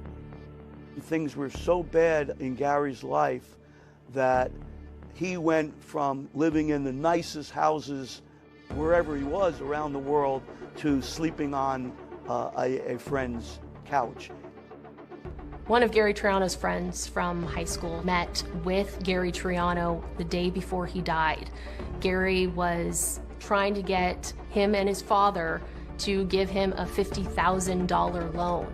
His friend described him as anxious and desperate. That loan never happened, and tomorrow never came. That summit to plummet journey meant it wasn't even his Lincoln Town car that Gary had driven to La Paloma that day. He'd borrowed it from a friend to keep up appearances. And before Gary was even buried, Detective Gamber already had a long list of persons of interest. We monitor the funeral, as morbid as that may sound. Who shows up, who didn't show up, who wasn't appropriate, who was appropriate. It was a good way to see who should we go talk to. And Gamber noticed one particularly interesting absence. Pamela Phillips wasn't at the funeral. She was conspicuously absent. But based on the acrimony and the separation, that didn't really surprise us. But associates of an eccentric billionaire say he had reasons of his own to want Gary Triano very dead. He had the capacity and the resources and the henchmen, if you will, to construct the kind of bomb that blew up Gary Triano. And this doctor claims he saw a kill list written in that man's daily plan. And it was titled "To Kill," and it was numbered. And right at the top of the list was Gary Triano.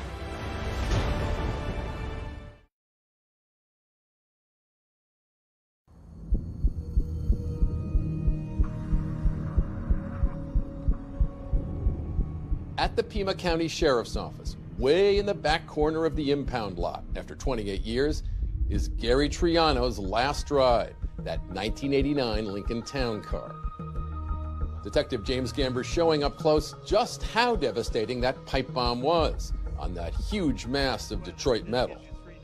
And this is Gary Triano. This is the car he was driving. And I know that there's been a lot that's been picked over this, and it's changed over the many years since this crime happened, but you can still see the incredible destruction that took place. This roof is supposed to be flat, essentially, isn't it? Essentially, right. It should lay right along this line.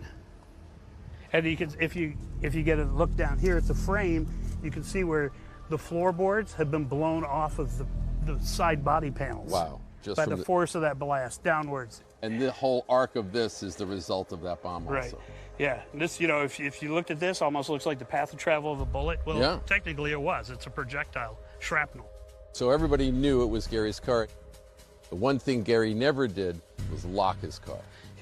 Lock his car, lock his doors. So I'm the killer. Right. I walk up here. I got my duffel bag, my gym bag, which fits in the country club scenario. Right. Open the door, put it down, close the door. I walk away. So finding that killer became Detective Gamber's main goal. There was a monumental list of individuals to go through. But only a few on it were known to have explicit feelings of rage against Gary. I mean, anytime you have a crime scene this large and this many witnesses, you have to follow every possible lead. For Detective Jim Gamber, one person with hints of rage was an ex-girlfriend whom he'd broken up with while she was pregnant with his child. There's a lot of people that talk about how volatile Robin Gardner was. Robin Gardner was pregnant when Gary left her. And according to investigators, Robin was so angry, she'd thrown a glass vase at his head. And this, of course, sent Detective Gamber down another path of like, okay, is somebody else who might have wanted, you know, Gary dead? But having met Robin and talked to her, it's like, nah. If it was going to happen, it was going to happen right there. It wasn't going to be, she was going to come back in 6 months and blow his car up. Even though she was angry at Gary, it was sort of a anger that had dissipated. You know, there wasn't really a reason to investigate her further. There were a lot of rumors going around about threats that Gary may have received. A lot of the early focus was on people that invested, and then Gary lost the money. There was no shortage of them to check out. When Gary went bust in May of '94, he left $27 million worth of creditors holding the bag, and that was including those Mexican and Chinese investors. Investigators were able to clear all of them. But there was a man who not only got stiffed by Gary Triano, he got humiliated by Gary too, a Tucson trustafarian named Neil McNeese. Neil McNeese was, by all accounts, a billionaire by inheritance. He was sort of a trust fund baby, you know, if I could use that term, and he had a lot of money. His own Learjet, I think it was, traveled a lot. He even had his own personal doctor, Lawrence D'Antonio, accompanying him on his travels. My job was to keep him alive. He was a terrible drug addict and an alcoholic. He became acquainted with Gary Triano. They probably frequented the same clubs or things of that nature. And Neil McNeese was somebody who had a lot of money to invest or spend on people. According to investigators, Gary Triano had approached Neil for $80 grand to invest in him immediately. But McNeese wanted collateral for his $80,000 loan, and newly divorced Gary had just the answer. So Gary Triano gave Neil McNeese Pam Phillips's supposed diamond ring that Gary represented was worth $250,000. About 5 days later, he goes to his jeweler who tells him, "You're the proud owner of a ring worth about $7,000. It's a cubic zirconium." And Neil went crazy. Went crazy in the jeweler shop, went absolutely crazy. And so Neil McNeese did not want to be taken as a fool. And so it was said that he had put Gary on a kill list. It was titled "To Kill." Right at the top of the list, the day I originally saw it, was Gary Triano. And he never stopped saying, "I'm going to kill Gary Triano," from that day. And his former associates allege, Along with his vast wealth, McNeese also knew the right people, people that had the capacity to make a bomb. The moment I heard on the newscast on my car radio that the victim was Gary Triano, I absolutely believed 100% that he was assassinated by Neil McNeese. What we could find out about Neil McNeese is that he was in a lot of loudmouth, but very little follow through. Nothing to connect McNeese to a device. And if he killed Gary, that didn't get him his money back. And he wasn't so financially hit that, you know, he was down to his last dime. So did he do it? Again, not a strong connection. So little hard evidence pointing to anyone for Detective Gamber. But then, out of the clear blue, Pima County receives a call from an out-of-state detective about an abandoned minivan some 500 miles away in California.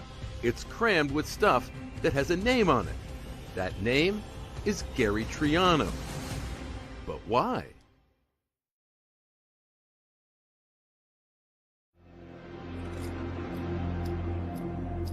"800 miles away from the Tucson, Arizona desert, atop the snowy mountains of Colorado, two cases are about to collide, and there's a tantalizing new lead about to emerge thanks to a fraud investigation by Aspen detective James Crowley into a local named Ron Young. What I was hearing was he had a great, line to get into your business. He was going to do all these great things for you. I'm so awesome, and I'm going to make you a ton of money. Ron Young was someone who was, even for the mid-90s, fairly adept at computers and establishing an online presence even back then. He comes to the attention of Detective Crowley after two local businessmen allege that Ron has stolen more than $100,000, and they both want to press charges. If Ron became your business manager, he would instantly want all the books, access to all the financials, which gave him an opportunity to transfer money out of your bank account to his own bank account, get credit cards issued in his name on your account. So Crowley gets search and arrest warrants and sets out to pay Ron Young a visit at his place on Snow Bunny Lane. So this is Snow Bunny Lane, where Ron Young lived at one point. On the corner where the carport was Ron's house. So we get there and he's gone. He's nowhere to be found. Ron Young is 6'6", maybe 300 pounds. But where is he gone? 6 months later, Detective Crowley gets a call from the cops in Yorba Linda, California. What happened was that police in California find an abandoned van, and it's a rental van out of Aspen. Authorities discovered that the abandoned Dodge Caravan was rented by Ron Young. It was parked outside his parents' house. And it's an unlocked van. And so when police do come and they open the van, they discover some very unusual things inside. And as Detective Crowley learns, more than one of those things has Gary Triano's name on it. There's divorce documents between Gary Triano and Pam Phillips. There are maps of Tucson. There are lists of names of associates with Gary Triano. And they discover something else that's sort of unusual. It's a sawed-off shotgun. I mean, fraud suspects, they're not usually violent. It was Crowley's first encounter with Gary Triano's name, but he recognized the name Pamela Phillips because earlier that year, she had walked into the Aspen Police Department and accused Ron Young of stealing money from her bank accounts. In investigating Ron, there were 2 fraud cases initially, and then Pamela had come in to report the 3rd fraud case. Detective Crowley had an outstanding warrant for Ron Young's arrest. So why did his still-at-large fraud suspect appear to be all up in the business of this Gary Triano from Tucson, Arizona? Then came November 1st, 1996, and the morning after. I was sitting at my desk in the investigations office and reading the paper and saw the headline. It was the shocking pipe bomb murder of Gary Triano. And it kind of, when you get an adrenaline dump and you get that kind of metal taste in your mouth, and that's kind of what it was. And so Detective Crowley calls Pima County Sheriff's Department. And I said, here's what I have. You might be interested in this. And when Pima County gets this call from Detective Crowley, laying out the evidence retrieved from the van, especially those documents with Gary Triano's name on them, they finally have the connection they've been waiting for. So what was an Aspen fraud case now is firmly interwoven with our homicide case. Detective Crowley also hands over to detectives in Tucson a notebook from the van. Inside that notebook, a handwritten list of names, including Gary Triano's niece, Melissa. They brought it to me, and in that notebook was Melissa Triano, license plate Missy. My license plate said Missy on a black Corvette, and that was my car. So he had been following me, and it was terrifying. But now, no one can find where Ron Young is or get any answers he might have. And so the investigation into the identity of Gary's killer, it stalls for nearly 10 years. Until an expert enters the case who's got decades of experience. And that helps investigators with the identity of Gary's killer from a painstaking reconstruction of the bomb itself. People think when the explosion occurs, everything goes away. Well, it doesn't.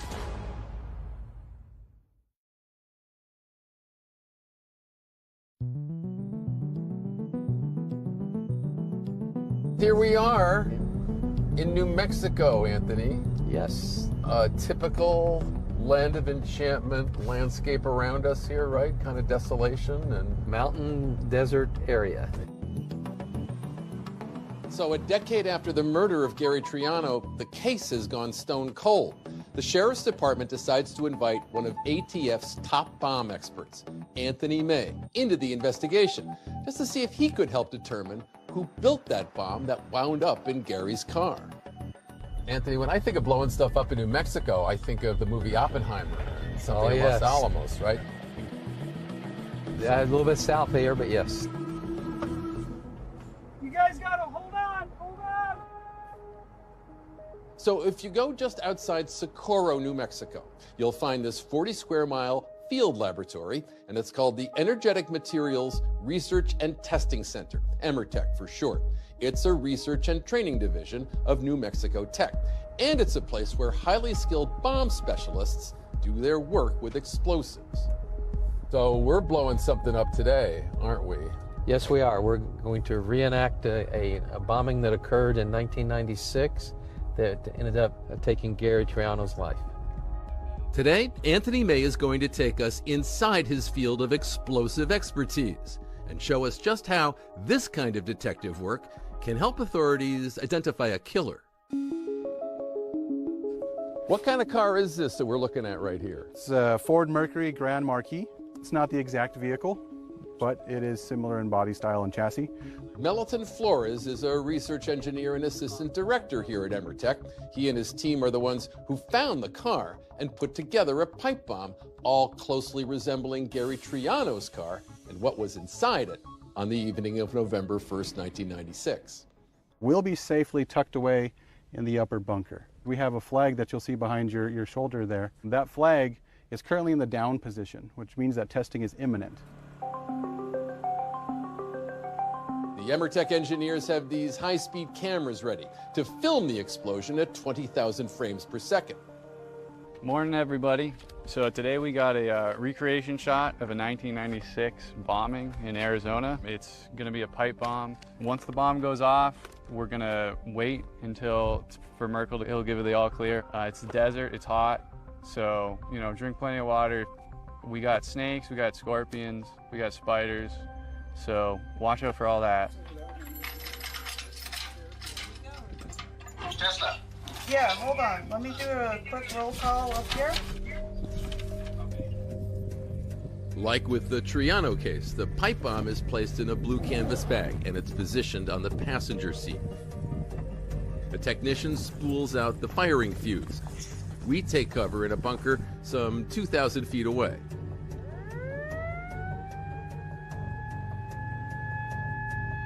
Everybody's undercover. All right, we're all good here.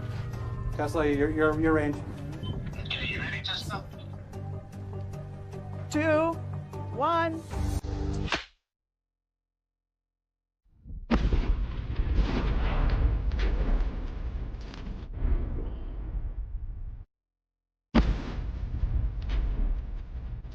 That sound was amazing.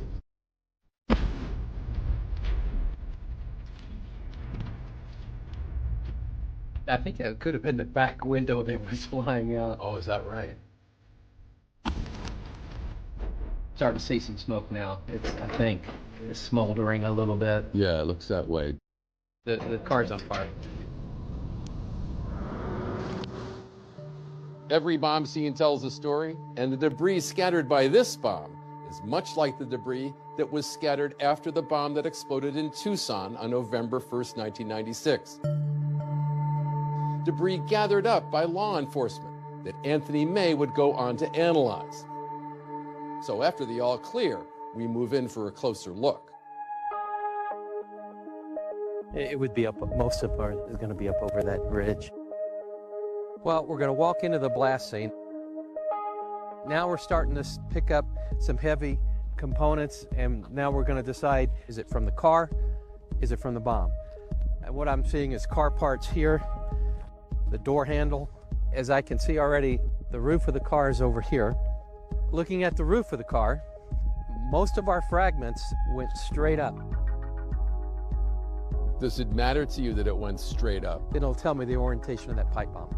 That you can take what seems like a scene of classic chaos and create any kind of order out of it is remarkable to us. That's the objective.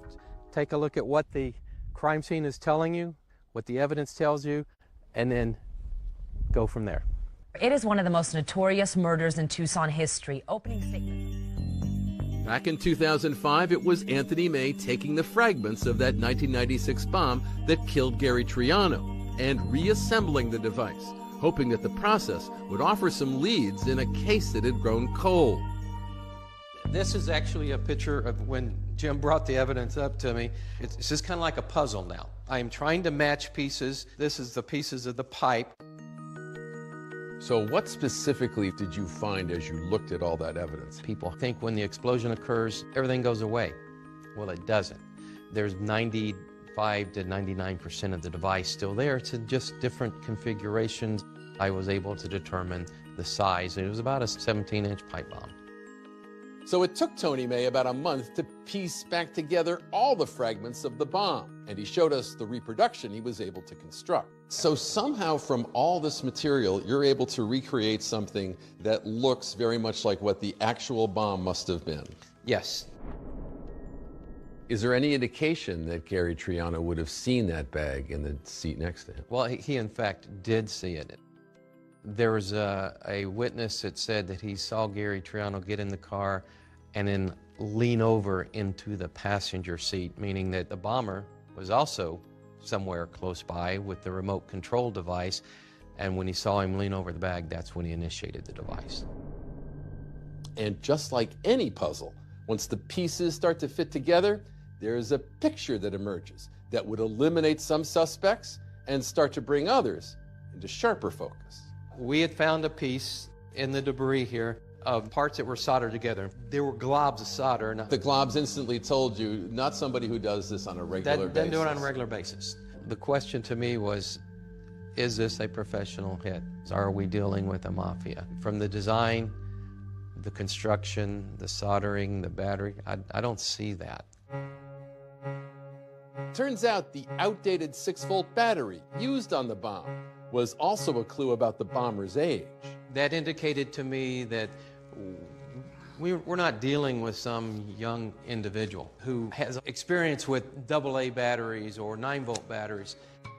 That it might have been an amateur building their first bomb, and that the choice of battery was suggesting an older suspect, excluded organized crime, and got authorities focusing on the man with the disorganized van, Ron Young. So the way the device was built fit Ron's profile. So it's just another brick in the wall kind of thing. And as investigators continued to build that wall, They are intrigued by the enticing link between Ron Young and Gary's ex, Pam Phillips. Were they more than business partners? And will unearthed audio recordings reveal whether Pam was possibly an accomplice in the murder of her ex-husband Gary Triano, or a victim of Ron Young? I don't even want to talk about it right now. If I ever found out that you compromised me, you're, a fried duck.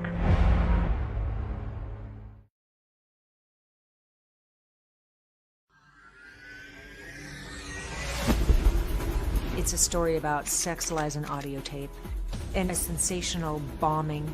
It was something that absolutely shook Tucson to its core. It was horrific. It was violent. I'm the killer. I got my gym bag, open the door, put it down, close the door.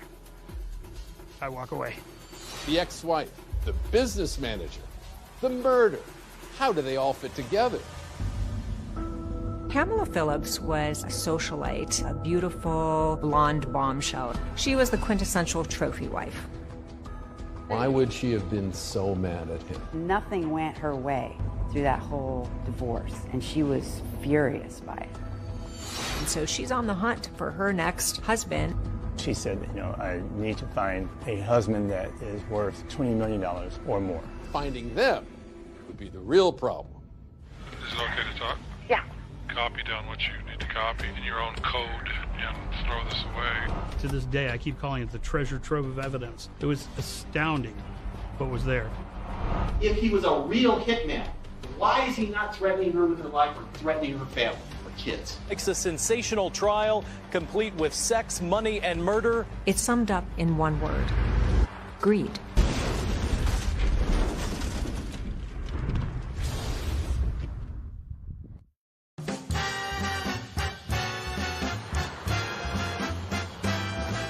Here in Tucson, Arizona, handsome, self-confident land developer Gary Triano was married to Pamela Phillips, herself a charismatic player in Tucson real estate.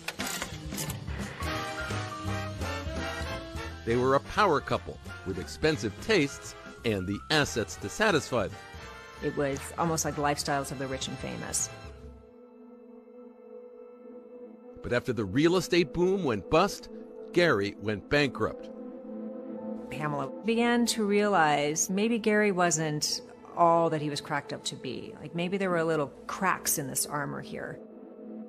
Because Gary started to let her in on some things, like he's indebted to multiple people. Following their divorce, Glam Pam and their 2 kids moved to Aspen. I saw Gary as being somewhat downtrodden, somewhat sad. Sad he was losing his family, sad he had lost all his earthly riches. But ever the optimist, Gary felt confident he'd be on top once again soon. Until November 1st, 1996, when a car bomb blew his comeback and his car to smithereens in a parking lot just like this one.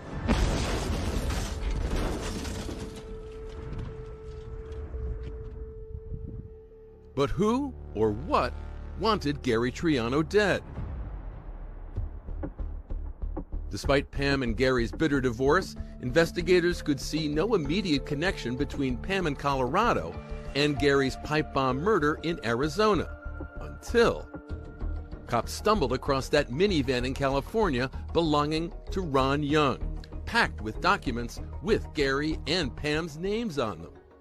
It was great because we had no association with Pam and the murder until then.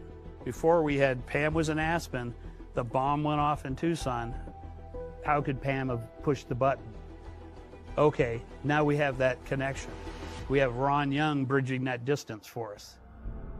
Pima County investigators needed to understand the complex relationship between Pam Phillips and Ron Young.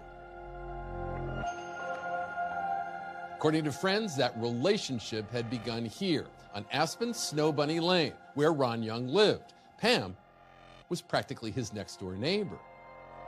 And at the time, Snowbunny Lane in that area was where kind of working people, doctors, lawyers, normal people in Aspen lived. It was not Pam Phillips' kind of neighborhood, a long way down from that mansion in Arizona.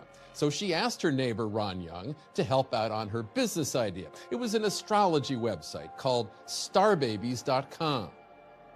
If your baby was born under a certain time, you could get their zodiac and all that. It was that type of thing that Pam wanted to do and start up a little business like that. And he helped set that up. A new-in-town ski instructor who'd gotten a side gig as a live-in nanny for Pam's 2 kids, Kevin McDonald says he saw a lot of Ron Young.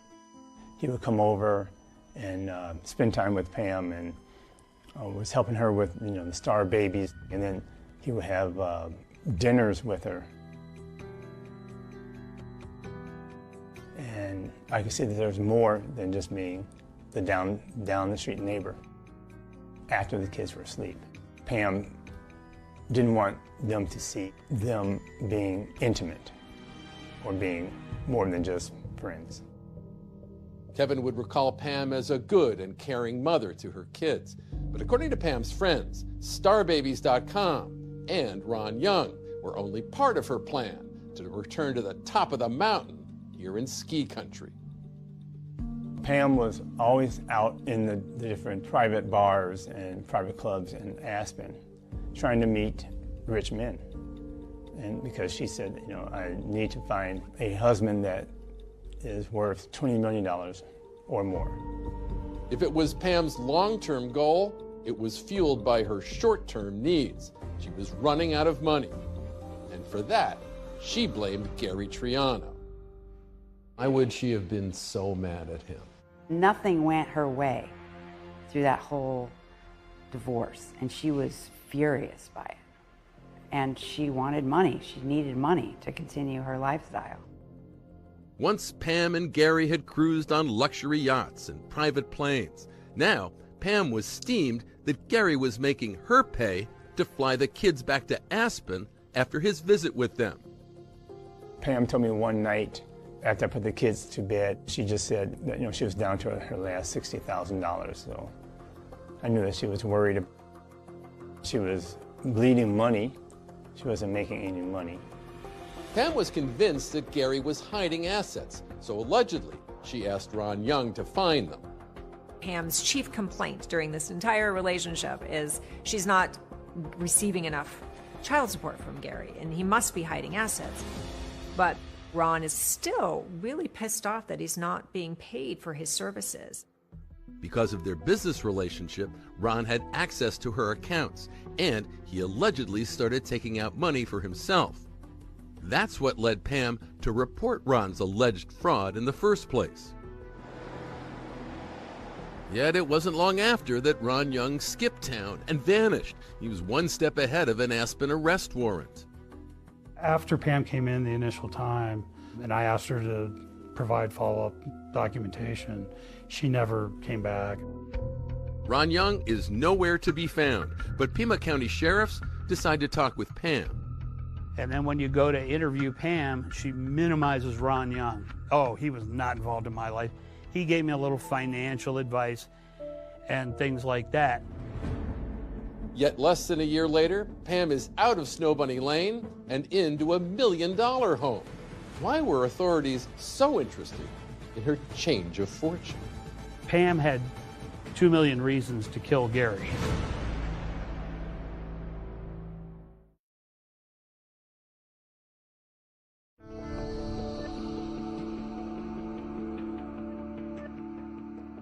Pothole number 3. Allegedly, that's how the twice-divorced Pam Phillips referred to Ron Young, her sometime lover, neighbor, and business associate, in a note she wrote to her aunt. Ron was not her type. She was used to handsome, charismatic, wealthy men, and Ron was nothing like that.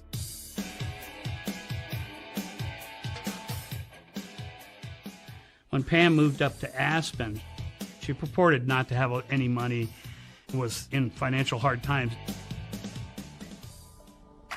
There was, however, a $2 million life insurance policy on Gary Triano's life, set up to take care of his 2 kids with Pam. They were the beneficiaries, with the proviso that if they were under the age of 18, then Pam was the one that would receive the money and appropriately apply it to the children's lives. Now, even with a friend's assistance, Pam's financial straits were affecting her ability to pay for that policy. And then we find out that when Pam learned of Gary's death, she was actually almost 30 days in arrear on her premium payment. Pamela Phillips became hysterical. Not hysterical over Gary's death, but hysterical over the fact that the premium had not been paid for the month of November. And they rushed a FedEx payment to the insurance company that got there too late. The insurance company, though, honored it anyway. And 15 days later, Pamela makes a claim on Gary's life. So it took until January of 1997 before the insurance company paid. Pam got a little over $2 million.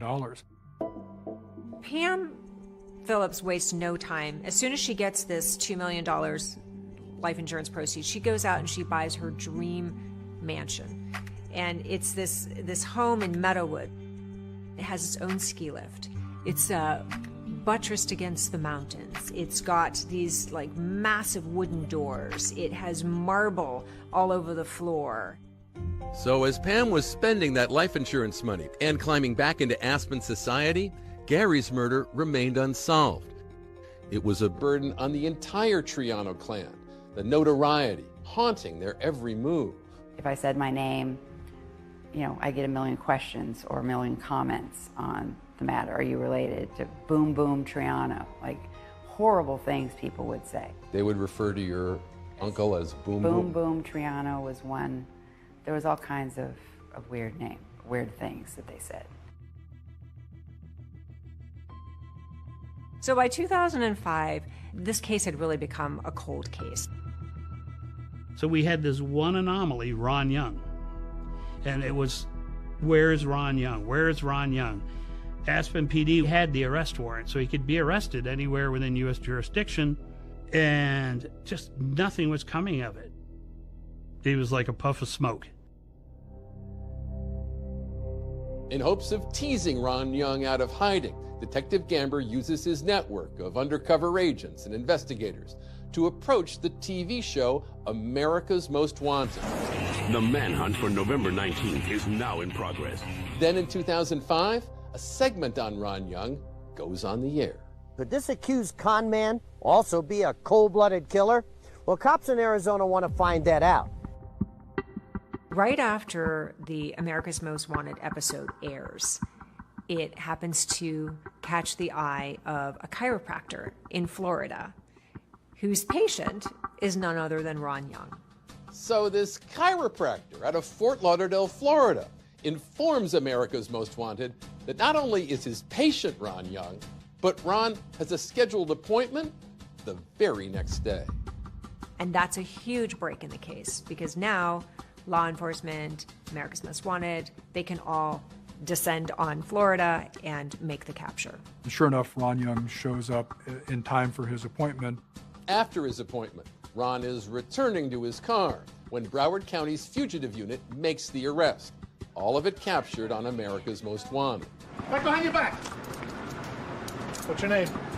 Hey, man. I asked you your name. Ron Young.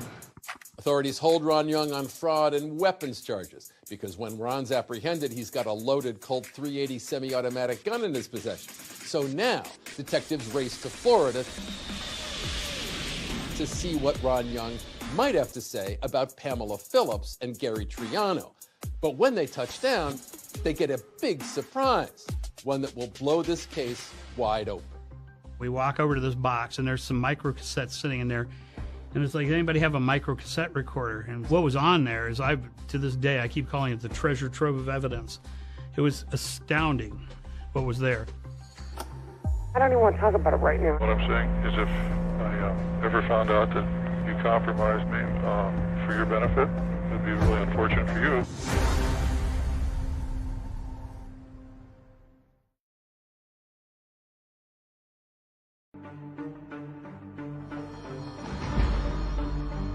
After being featured on the show America's Most Wanted, Right behind your back. Ron Young is arrested in Florida. Hey, man. I asked you your name. Ron Young. Crowley, it calls us and says they got him. So they start talking to Ron Young, and Ron says, sure, you can search my apartment. And yeah, you can search the storage locker I have. He gives them kind of an extraordinary gift. And it's like he's opening up his treasure trove of evidence for law enforcement. And what they discover, is a major break in the case.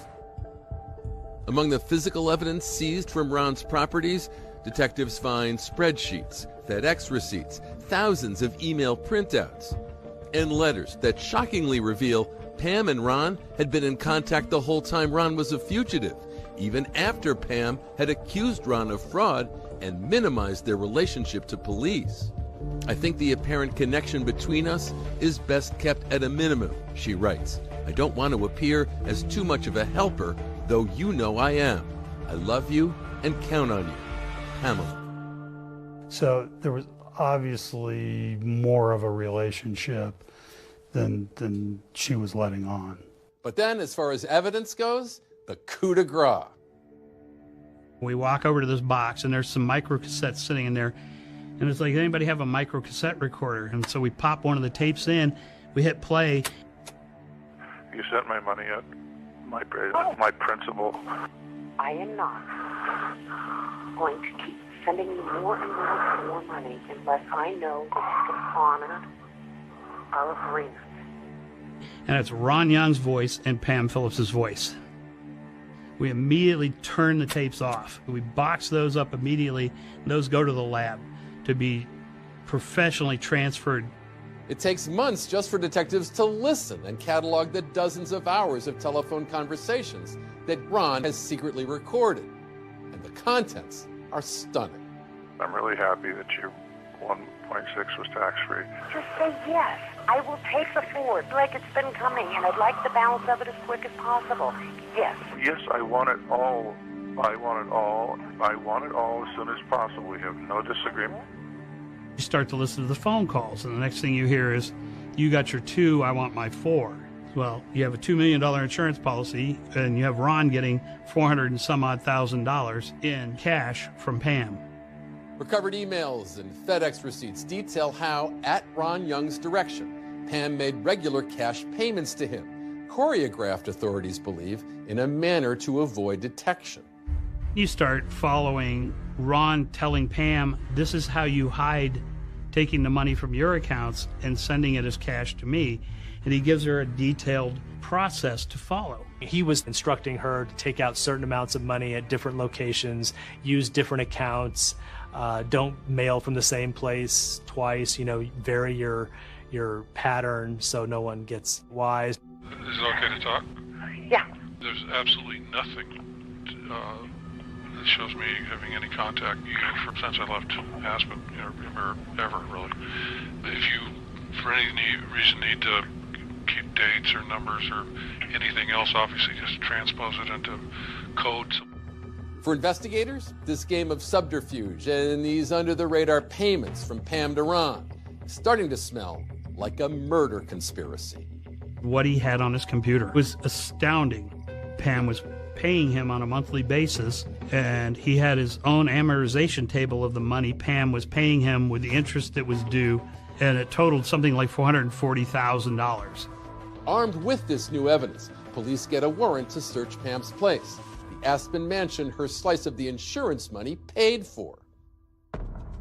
In September of 2006, Pima County Sheriff's Department joined forces with the Aspen Police Department and surround her house, and they knock on the door and they say, we have a search warrant. Pamela answers the door and they tell her, we have a warrant to search your house, and she said no and closed the door in their face. Pamela Phillips is completely surprised by this. She tells the police, yeah, my lawyer's on the way, and the detective says, I have a search warrant. So they come in, and the way she describes it is like they're scattering across her marble floors like rats. While we're executing the search warrant, Pamela decides to leave, and we don't have an arrest warrant for her at that point, so she's free to leave. She gets into her little Mini Cooper and drives off.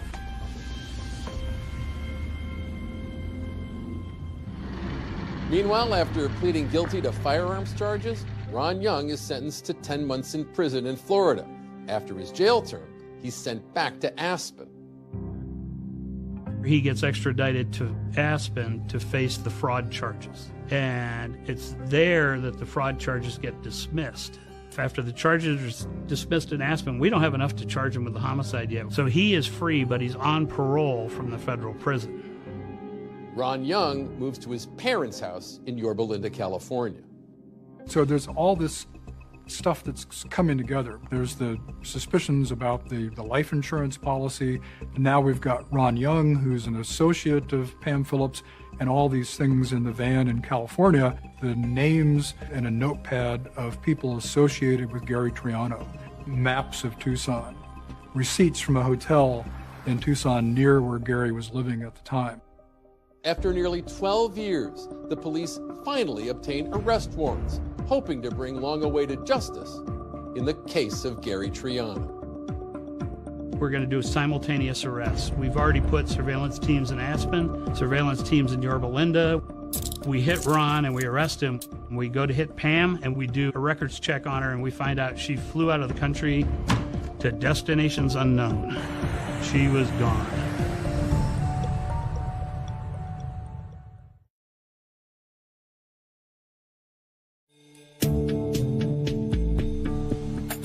On Friday, October 17, 2008, cops mount a large-scale operation to simultaneously arrest Ron Young and Pam Phillips for the 1996 murder of her ex, Gary Triano.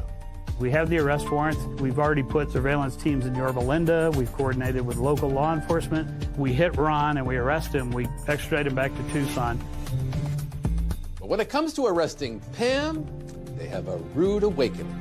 Pam Phillips, we have every reason to believe, is still living at her house in Aspen. We go to hit Pam and we do a records check on her and we find out she flew out of the country. She was gone. Pima County investigators named Young and Triano's former wife, Pamela Phillips, as suspects in the case. They're still looking for Phillips and believe she may be out of the country. So we have to put out a notice with Interpol. So now the United States Marshal Service and the FBI become involved. Unbeknownst to police, Pam is in Europe, and she's leaning into the alpine lifestyle in a swanky lakeside town in Switzerland called Lugano. She has just picked up where she left off. She's recreated her world over there. She's hobnobbing with the elite. She's off hunting again for a rich, eligible bachelor. In fact, has been spotted with several. While out in Lugano, it's just not Pam's style to keep a low profile. And so, sure enough, a local tipster hears news of Pam's murder indictment and picks up the phone. I'm sitting at my desk, and I get a call. There's a gentleman who'd like to talk to you. He thinks he knows where Pam is. So everybody's poised to go arrest Pam in Lugano, Switzerland.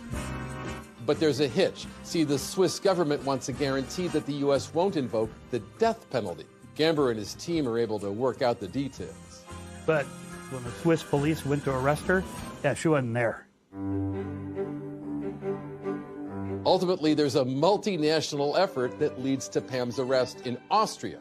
And while she's sitting in a jail cell in Vienna awaiting extradition, back in the States, Ron Young goes on trial. The trial itself started in March of 2010. We had been doing pretrial litigation for at least a year and a half leading up to that point. Some of the challenges that the prosecution faced in Ron's trial was that it was a circumstantial evidence case. They didn't have any direct evidence that linked Ron Young to the bomb. The prosecution acknowledges no one reported seeing Ron in Tucson on or around November 1st, 1996, nor did he have anything in his possession specifically tying him to Arizona or to Gary Triano on the date of his murder. However, the prosecution does have Anthony May. My job was to determine what was used and build a reconstruction of the device, and then the device was used to present it in court for his prosecution. He was able to recreate the entire bomb all the way down to the battery purchased from Radio Shack, the remote-controlled air switch used to operate it, to detonate it, and even down to the duffel bag purchased from Walmart. That was an impressive display in front of the jury, I think. And the prosecution also had those micro cassette tapes.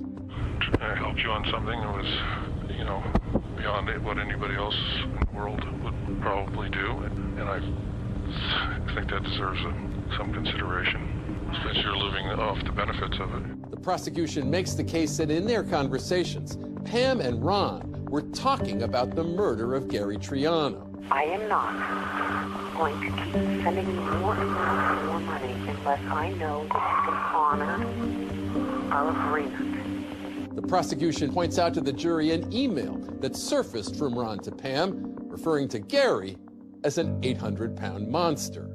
The communication between Ron and Pam was the crux of the case. The defense countering that Ron was simply extorting money from Pam. What Ron did, he's not proud of, was blackmail Pam. Then there was also an out-of-the-blue prison witness with a prosecution-perfect account to tell the jury. Andre Mims, a cellmate of Ron Young's when he was in prison for the 2005 gun charges. He looked me in my face. He said, Andre, I blew that up in his car. For the prosecution, Ron Young's one statement to Andre Mims, how he blew Gary Triano up, might as well have been a confession. But the defense claimed this testimony was made up and immediately called for a mistrial. The motion was denied. I think we felt confident. I mean, as a prosecutor, even on a strong case, you're always concerned about the potential one outlier juror that could lead to a hung jury. After 13 hours, the jury reached a verdict. Before the defendant, Ronald Kelly Young, guilty of the offense of first-degree murder. Ron Young was found guilty of first-degree murder and conspiracy to commit murder. Ron Young is sentenced to life in prison. We can't tell you how many times we thought we would never see who killed my father. But for Gary Triano's family, the story is far from over, and justice has not been served yet. We still need Pam, and there's a long road still with that. That long road would lead to a fateful night in July 2010. A plane with Pam Phillips on board, making its way from Vienna to an airport in Arizona, where Melissa Triano and Detective Jim Gamber were waiting. I think her flight came in at midnight, and we stood outside of the airport and watched her come off the plane.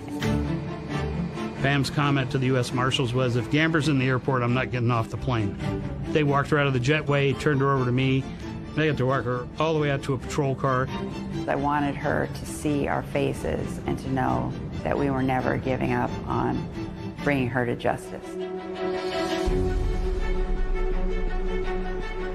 As Pam prepares to go on trial, her public defender would mount an ambitious murder trial defense. This will not be a short trial when it starts. Phillips' defense has listed about 100 witnesses. He's making these threats to embarrass her. He knows that she is in all these newspaper articles. Could he surprise everyone and get Pam a not guilty verdict?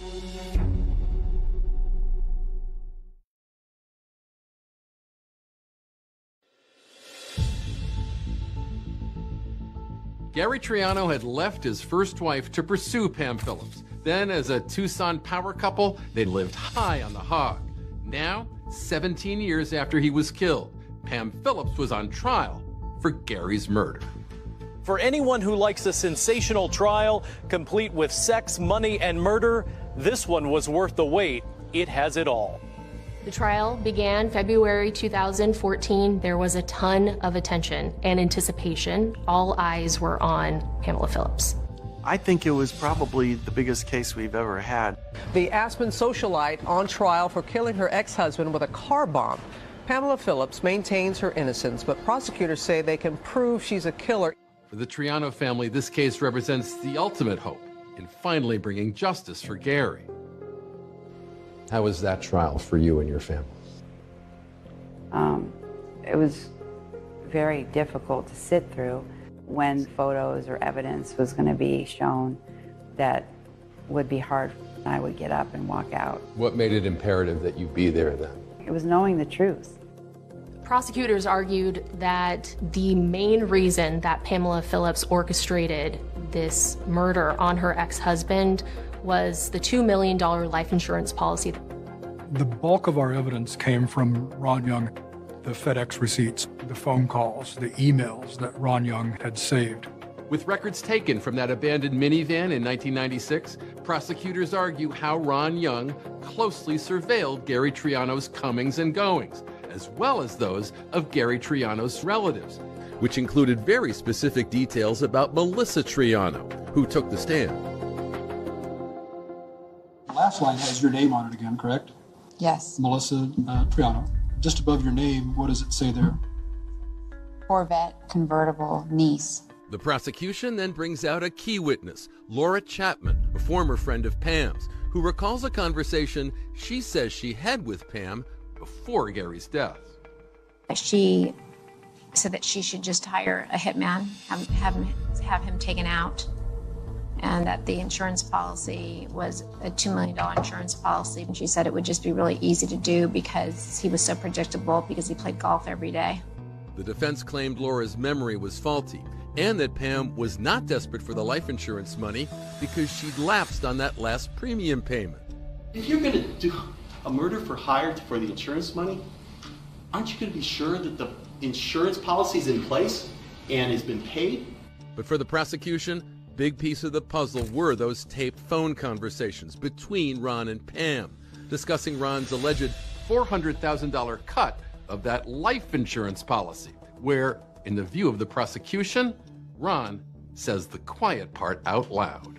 Right now, I want to know that we are capping it at 4. I don't want this nebulous thing out there that we're supposedly supposed to... It's not nebulous. Listen to me. I am very serious about this. Well, I tell you, you're going to be very serious when you sit in a women's prison for murder. Oh yeah, that for the jury was our smoking gun. But defense attorneys assert Ron and Pam were not talking about the murder of Gary Triano. Instead, he was extorting Pam for money. I'm terrified of everything. I know. I mean, I'm living in total fear. He's making these threats to embarrass her. He knows that she is in all these newspaper articles as a suspect in her ex-husband's bombing. He wants to threaten her reputation in the Aspen community. If he was a real hitman, why is he not threatening her with her life or threatening her family or kids? That's what happens when you have a cold-blooded killer.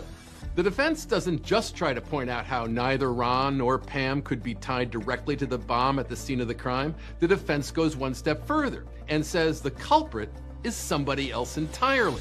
Hot-headed billionaire heir Neil McNeese, out that 80 grand to Triano and enraged by his lies and deceit. Neil McNeese. He lends Gary $80,000 and gets a ring for collateral. He finds out the ring is only worth $8,000 and he's livid. He's furious. He threatens to kill Gary per Dr. D'Antonio. Remember, Dr. D'Antonio had come forward after Gary died, claiming that Gary Triano was on Neil McNeese's alleged kill list and that he was responsible for Gary Triano's death. Lawrence D'Antonio was called to the stand, and this was really the crutch of the defense's argument. I wouldn't describe Neil as a friend. I heard Neil say he was going to kill Gary Triano probably 10,000 times. It was pure obsession. His hatred was pure obsession. The defense argues that McNeese not only had motive, he also had the means, with a woodworker friend named Jerry Capuano, who they claim had a shop and the know-how to make a remote-controlled pipe bomb. The other things found at Mr. Capuano's shop. You saw that little red thing that was used to put together wires. There was one of those at Capuano's shop. There's an exact one of those in the bomb parts that were found. It makes for an interesting story. They're saying, oh, look at this. Neil McNeese was the real killer, and Capuano was the person who made the bomb, all of them are deceased, so we're not able to follow up on this. Authorities continue to assert there's no evidence tying McNeese or Capuano to the murder. The McNeese family issuing a statement in 2014, maintaining their belief in his innocence and relief that justice might prevail. But I mean, the bottom line is we don't have any question whatsoever that Pam Phillips hired Ron Young to kill Gary. Pamela Phillips never testified during the entire trial. We got glimpses of her personality, right? During the trial, she would look at the camera, she would smile at the camera, even mouthing the words at one point, "I love you," to the camera during court proceedings. The camera had always loved Pam right back. Now, after 2 months of testimony, it was time to see what a jury would feel about Pam Phillips as they decided her fate. The lights flickered in the courtroom. My cousin Heather was sitting in front of me, and she turned and looked, and we just lost it.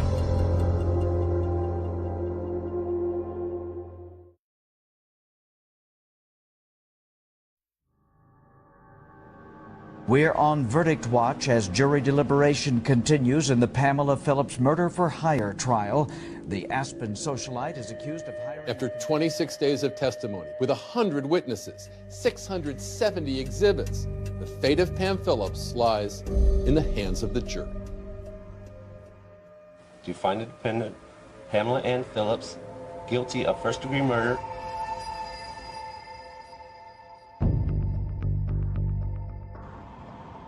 Quiet cries of joy and justice. Triano's family says today's verdict has been a long time coming.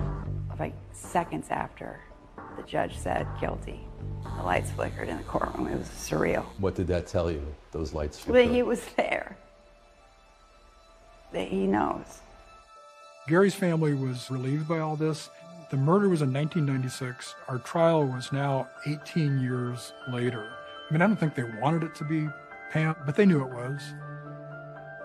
Pamela Phillips' attorney maintains his client is not responsible for her ex-husband's death. The fact that she's going to prison is going to eat away at me the rest of my life. Pamela Phillips was sentenced to life in prison without parole. After hearing her sentence, the once prominent socialite turns to address a packed courtroom, the only way she could do so without facing questions. I am innocent. I am innocent. I am innocent. Okay?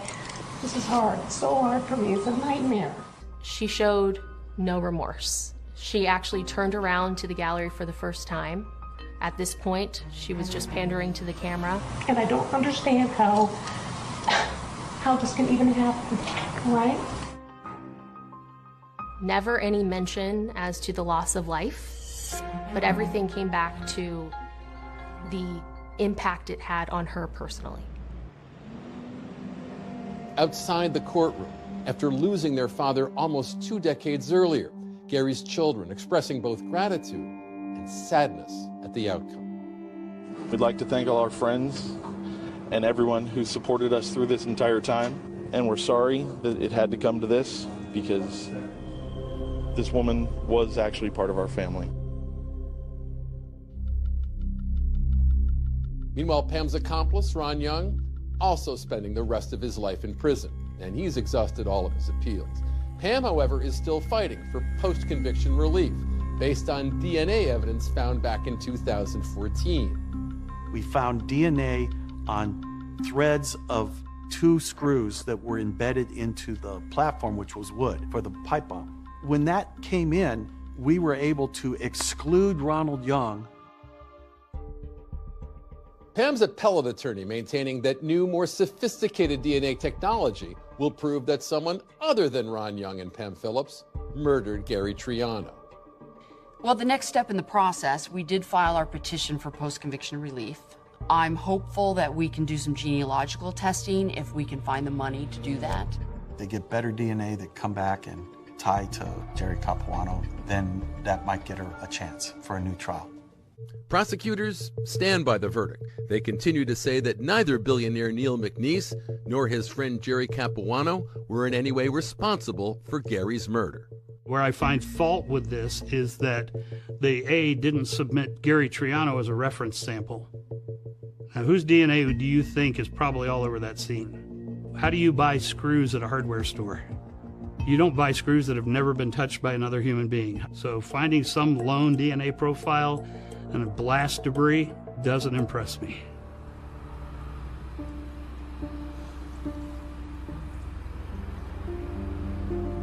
How do you like to remember your Uncle Gary? Every November 1st, I would go to La Paloma Golf Course and put flowers in the 18th hole.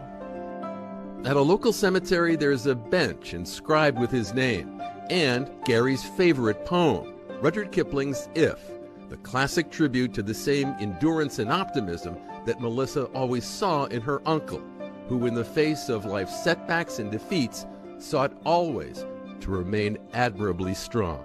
Would you mind reading part of it for us out loud?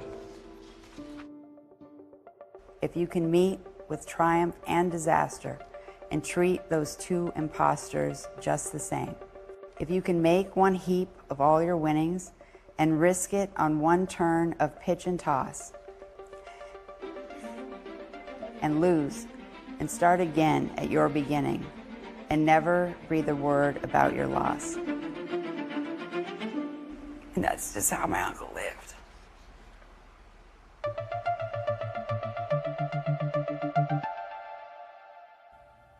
The Triano family filed a $10 million wrongful death civil action against Pam Phillips. The judge ruled in the family's favor for that $10 million. That is our program for tonight. Thanks for watching. I'm David Muir. And I'm Deborah Roberts. From all of us here at 2020 and ABC News, good night.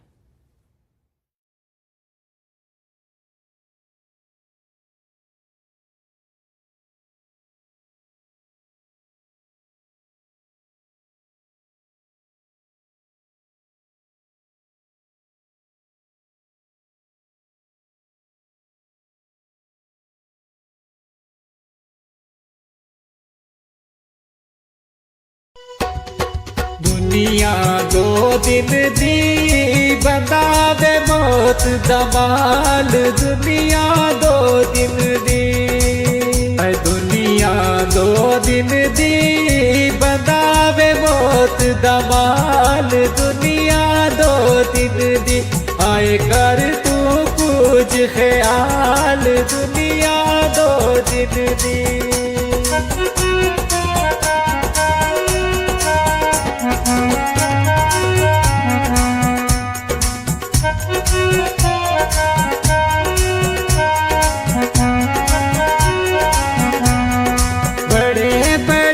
सुल्तान भी आए बड़े बड़े सुल्तान भी आए ओढ़क जा बिच खाक समाए ओढ़क जा बिच खाक समाए आए हो गए ख्वाब ख्याल दुनिया दो दिन दी आए हो गए ख्वाब ख्याल दुनिया दो दिन दी दुनिया दो दिन दी बंदावे मौत दमाल दुनिया दो दिन दी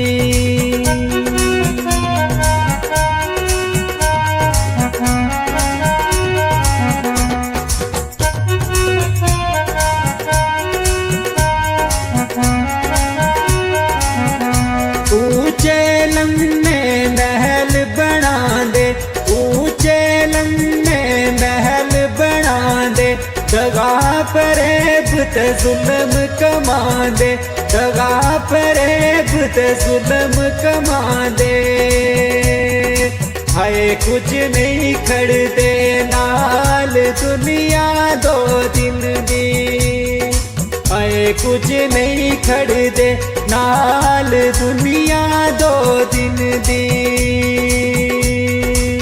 ओ दुनिया दो दिन दी बंदावे मौत दमाल दुनिया दो दिन दी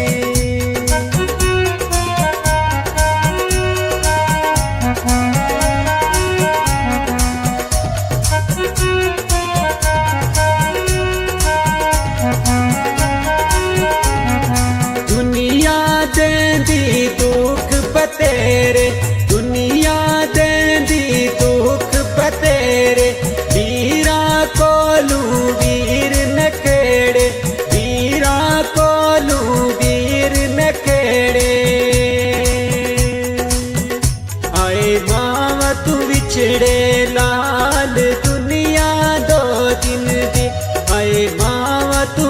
बिछड़े लाल दुनिया दो दिन दी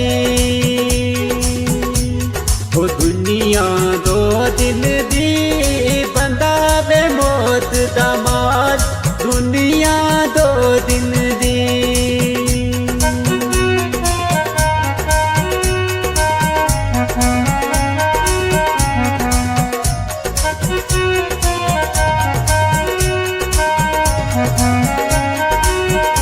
सुख दे सजना सारे संगी सुख दे सजना सारे संगी नस जांदे जद आवे तंगी नस जांदे जद आवे तंगी हाय कोई नहीं गम दा प्याल दुनिया दो दिन दी ओह कोई नहीं गम दा प्याल दुनिया दो दिन दी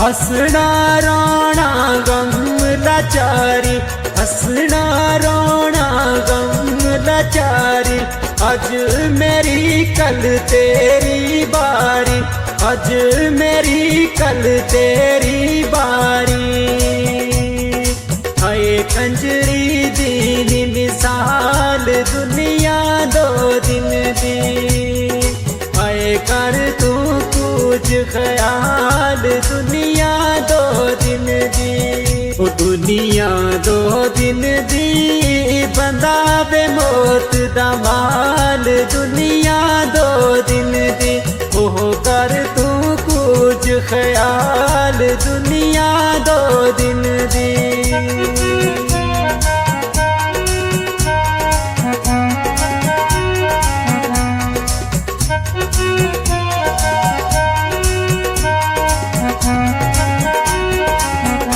गुत वे तुड़ा नी मिट्टी दा वीरा गुत तुड़ा नी मिट्टी दा वीरा अपना आप संभाल बशीरा अपना आप संभाल बशीरा हाय मिट्टी मिट्टी दा माल दुनिया दो दिन दी हाय मिट्टी मिट्टी दा माल दुनिया दो दिन दी हाय कर तू कुछ ख्याल दुनिया दो दिन दी हाय कर तू कुछ ख्याल दुनिया दो दिन दी ओ दुनिया दो दिन दी बंदा मिट्टी दा माल दुनिया दो दिन दी हाय कर तू कुछ ख्याल दुनिया दो दिन दी हाय कर तू कुछ ख्याल दुनिया दो दिन दी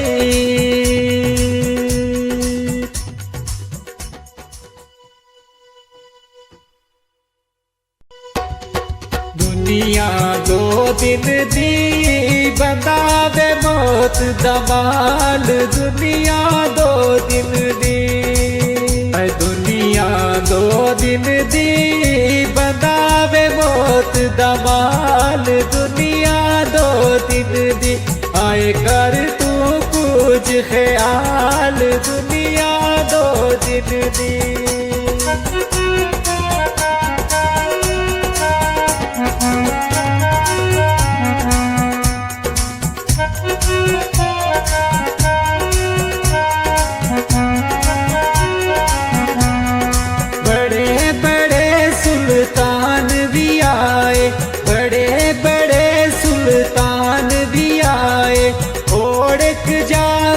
खाक समाए ओढ़क जा बिच खाक समाए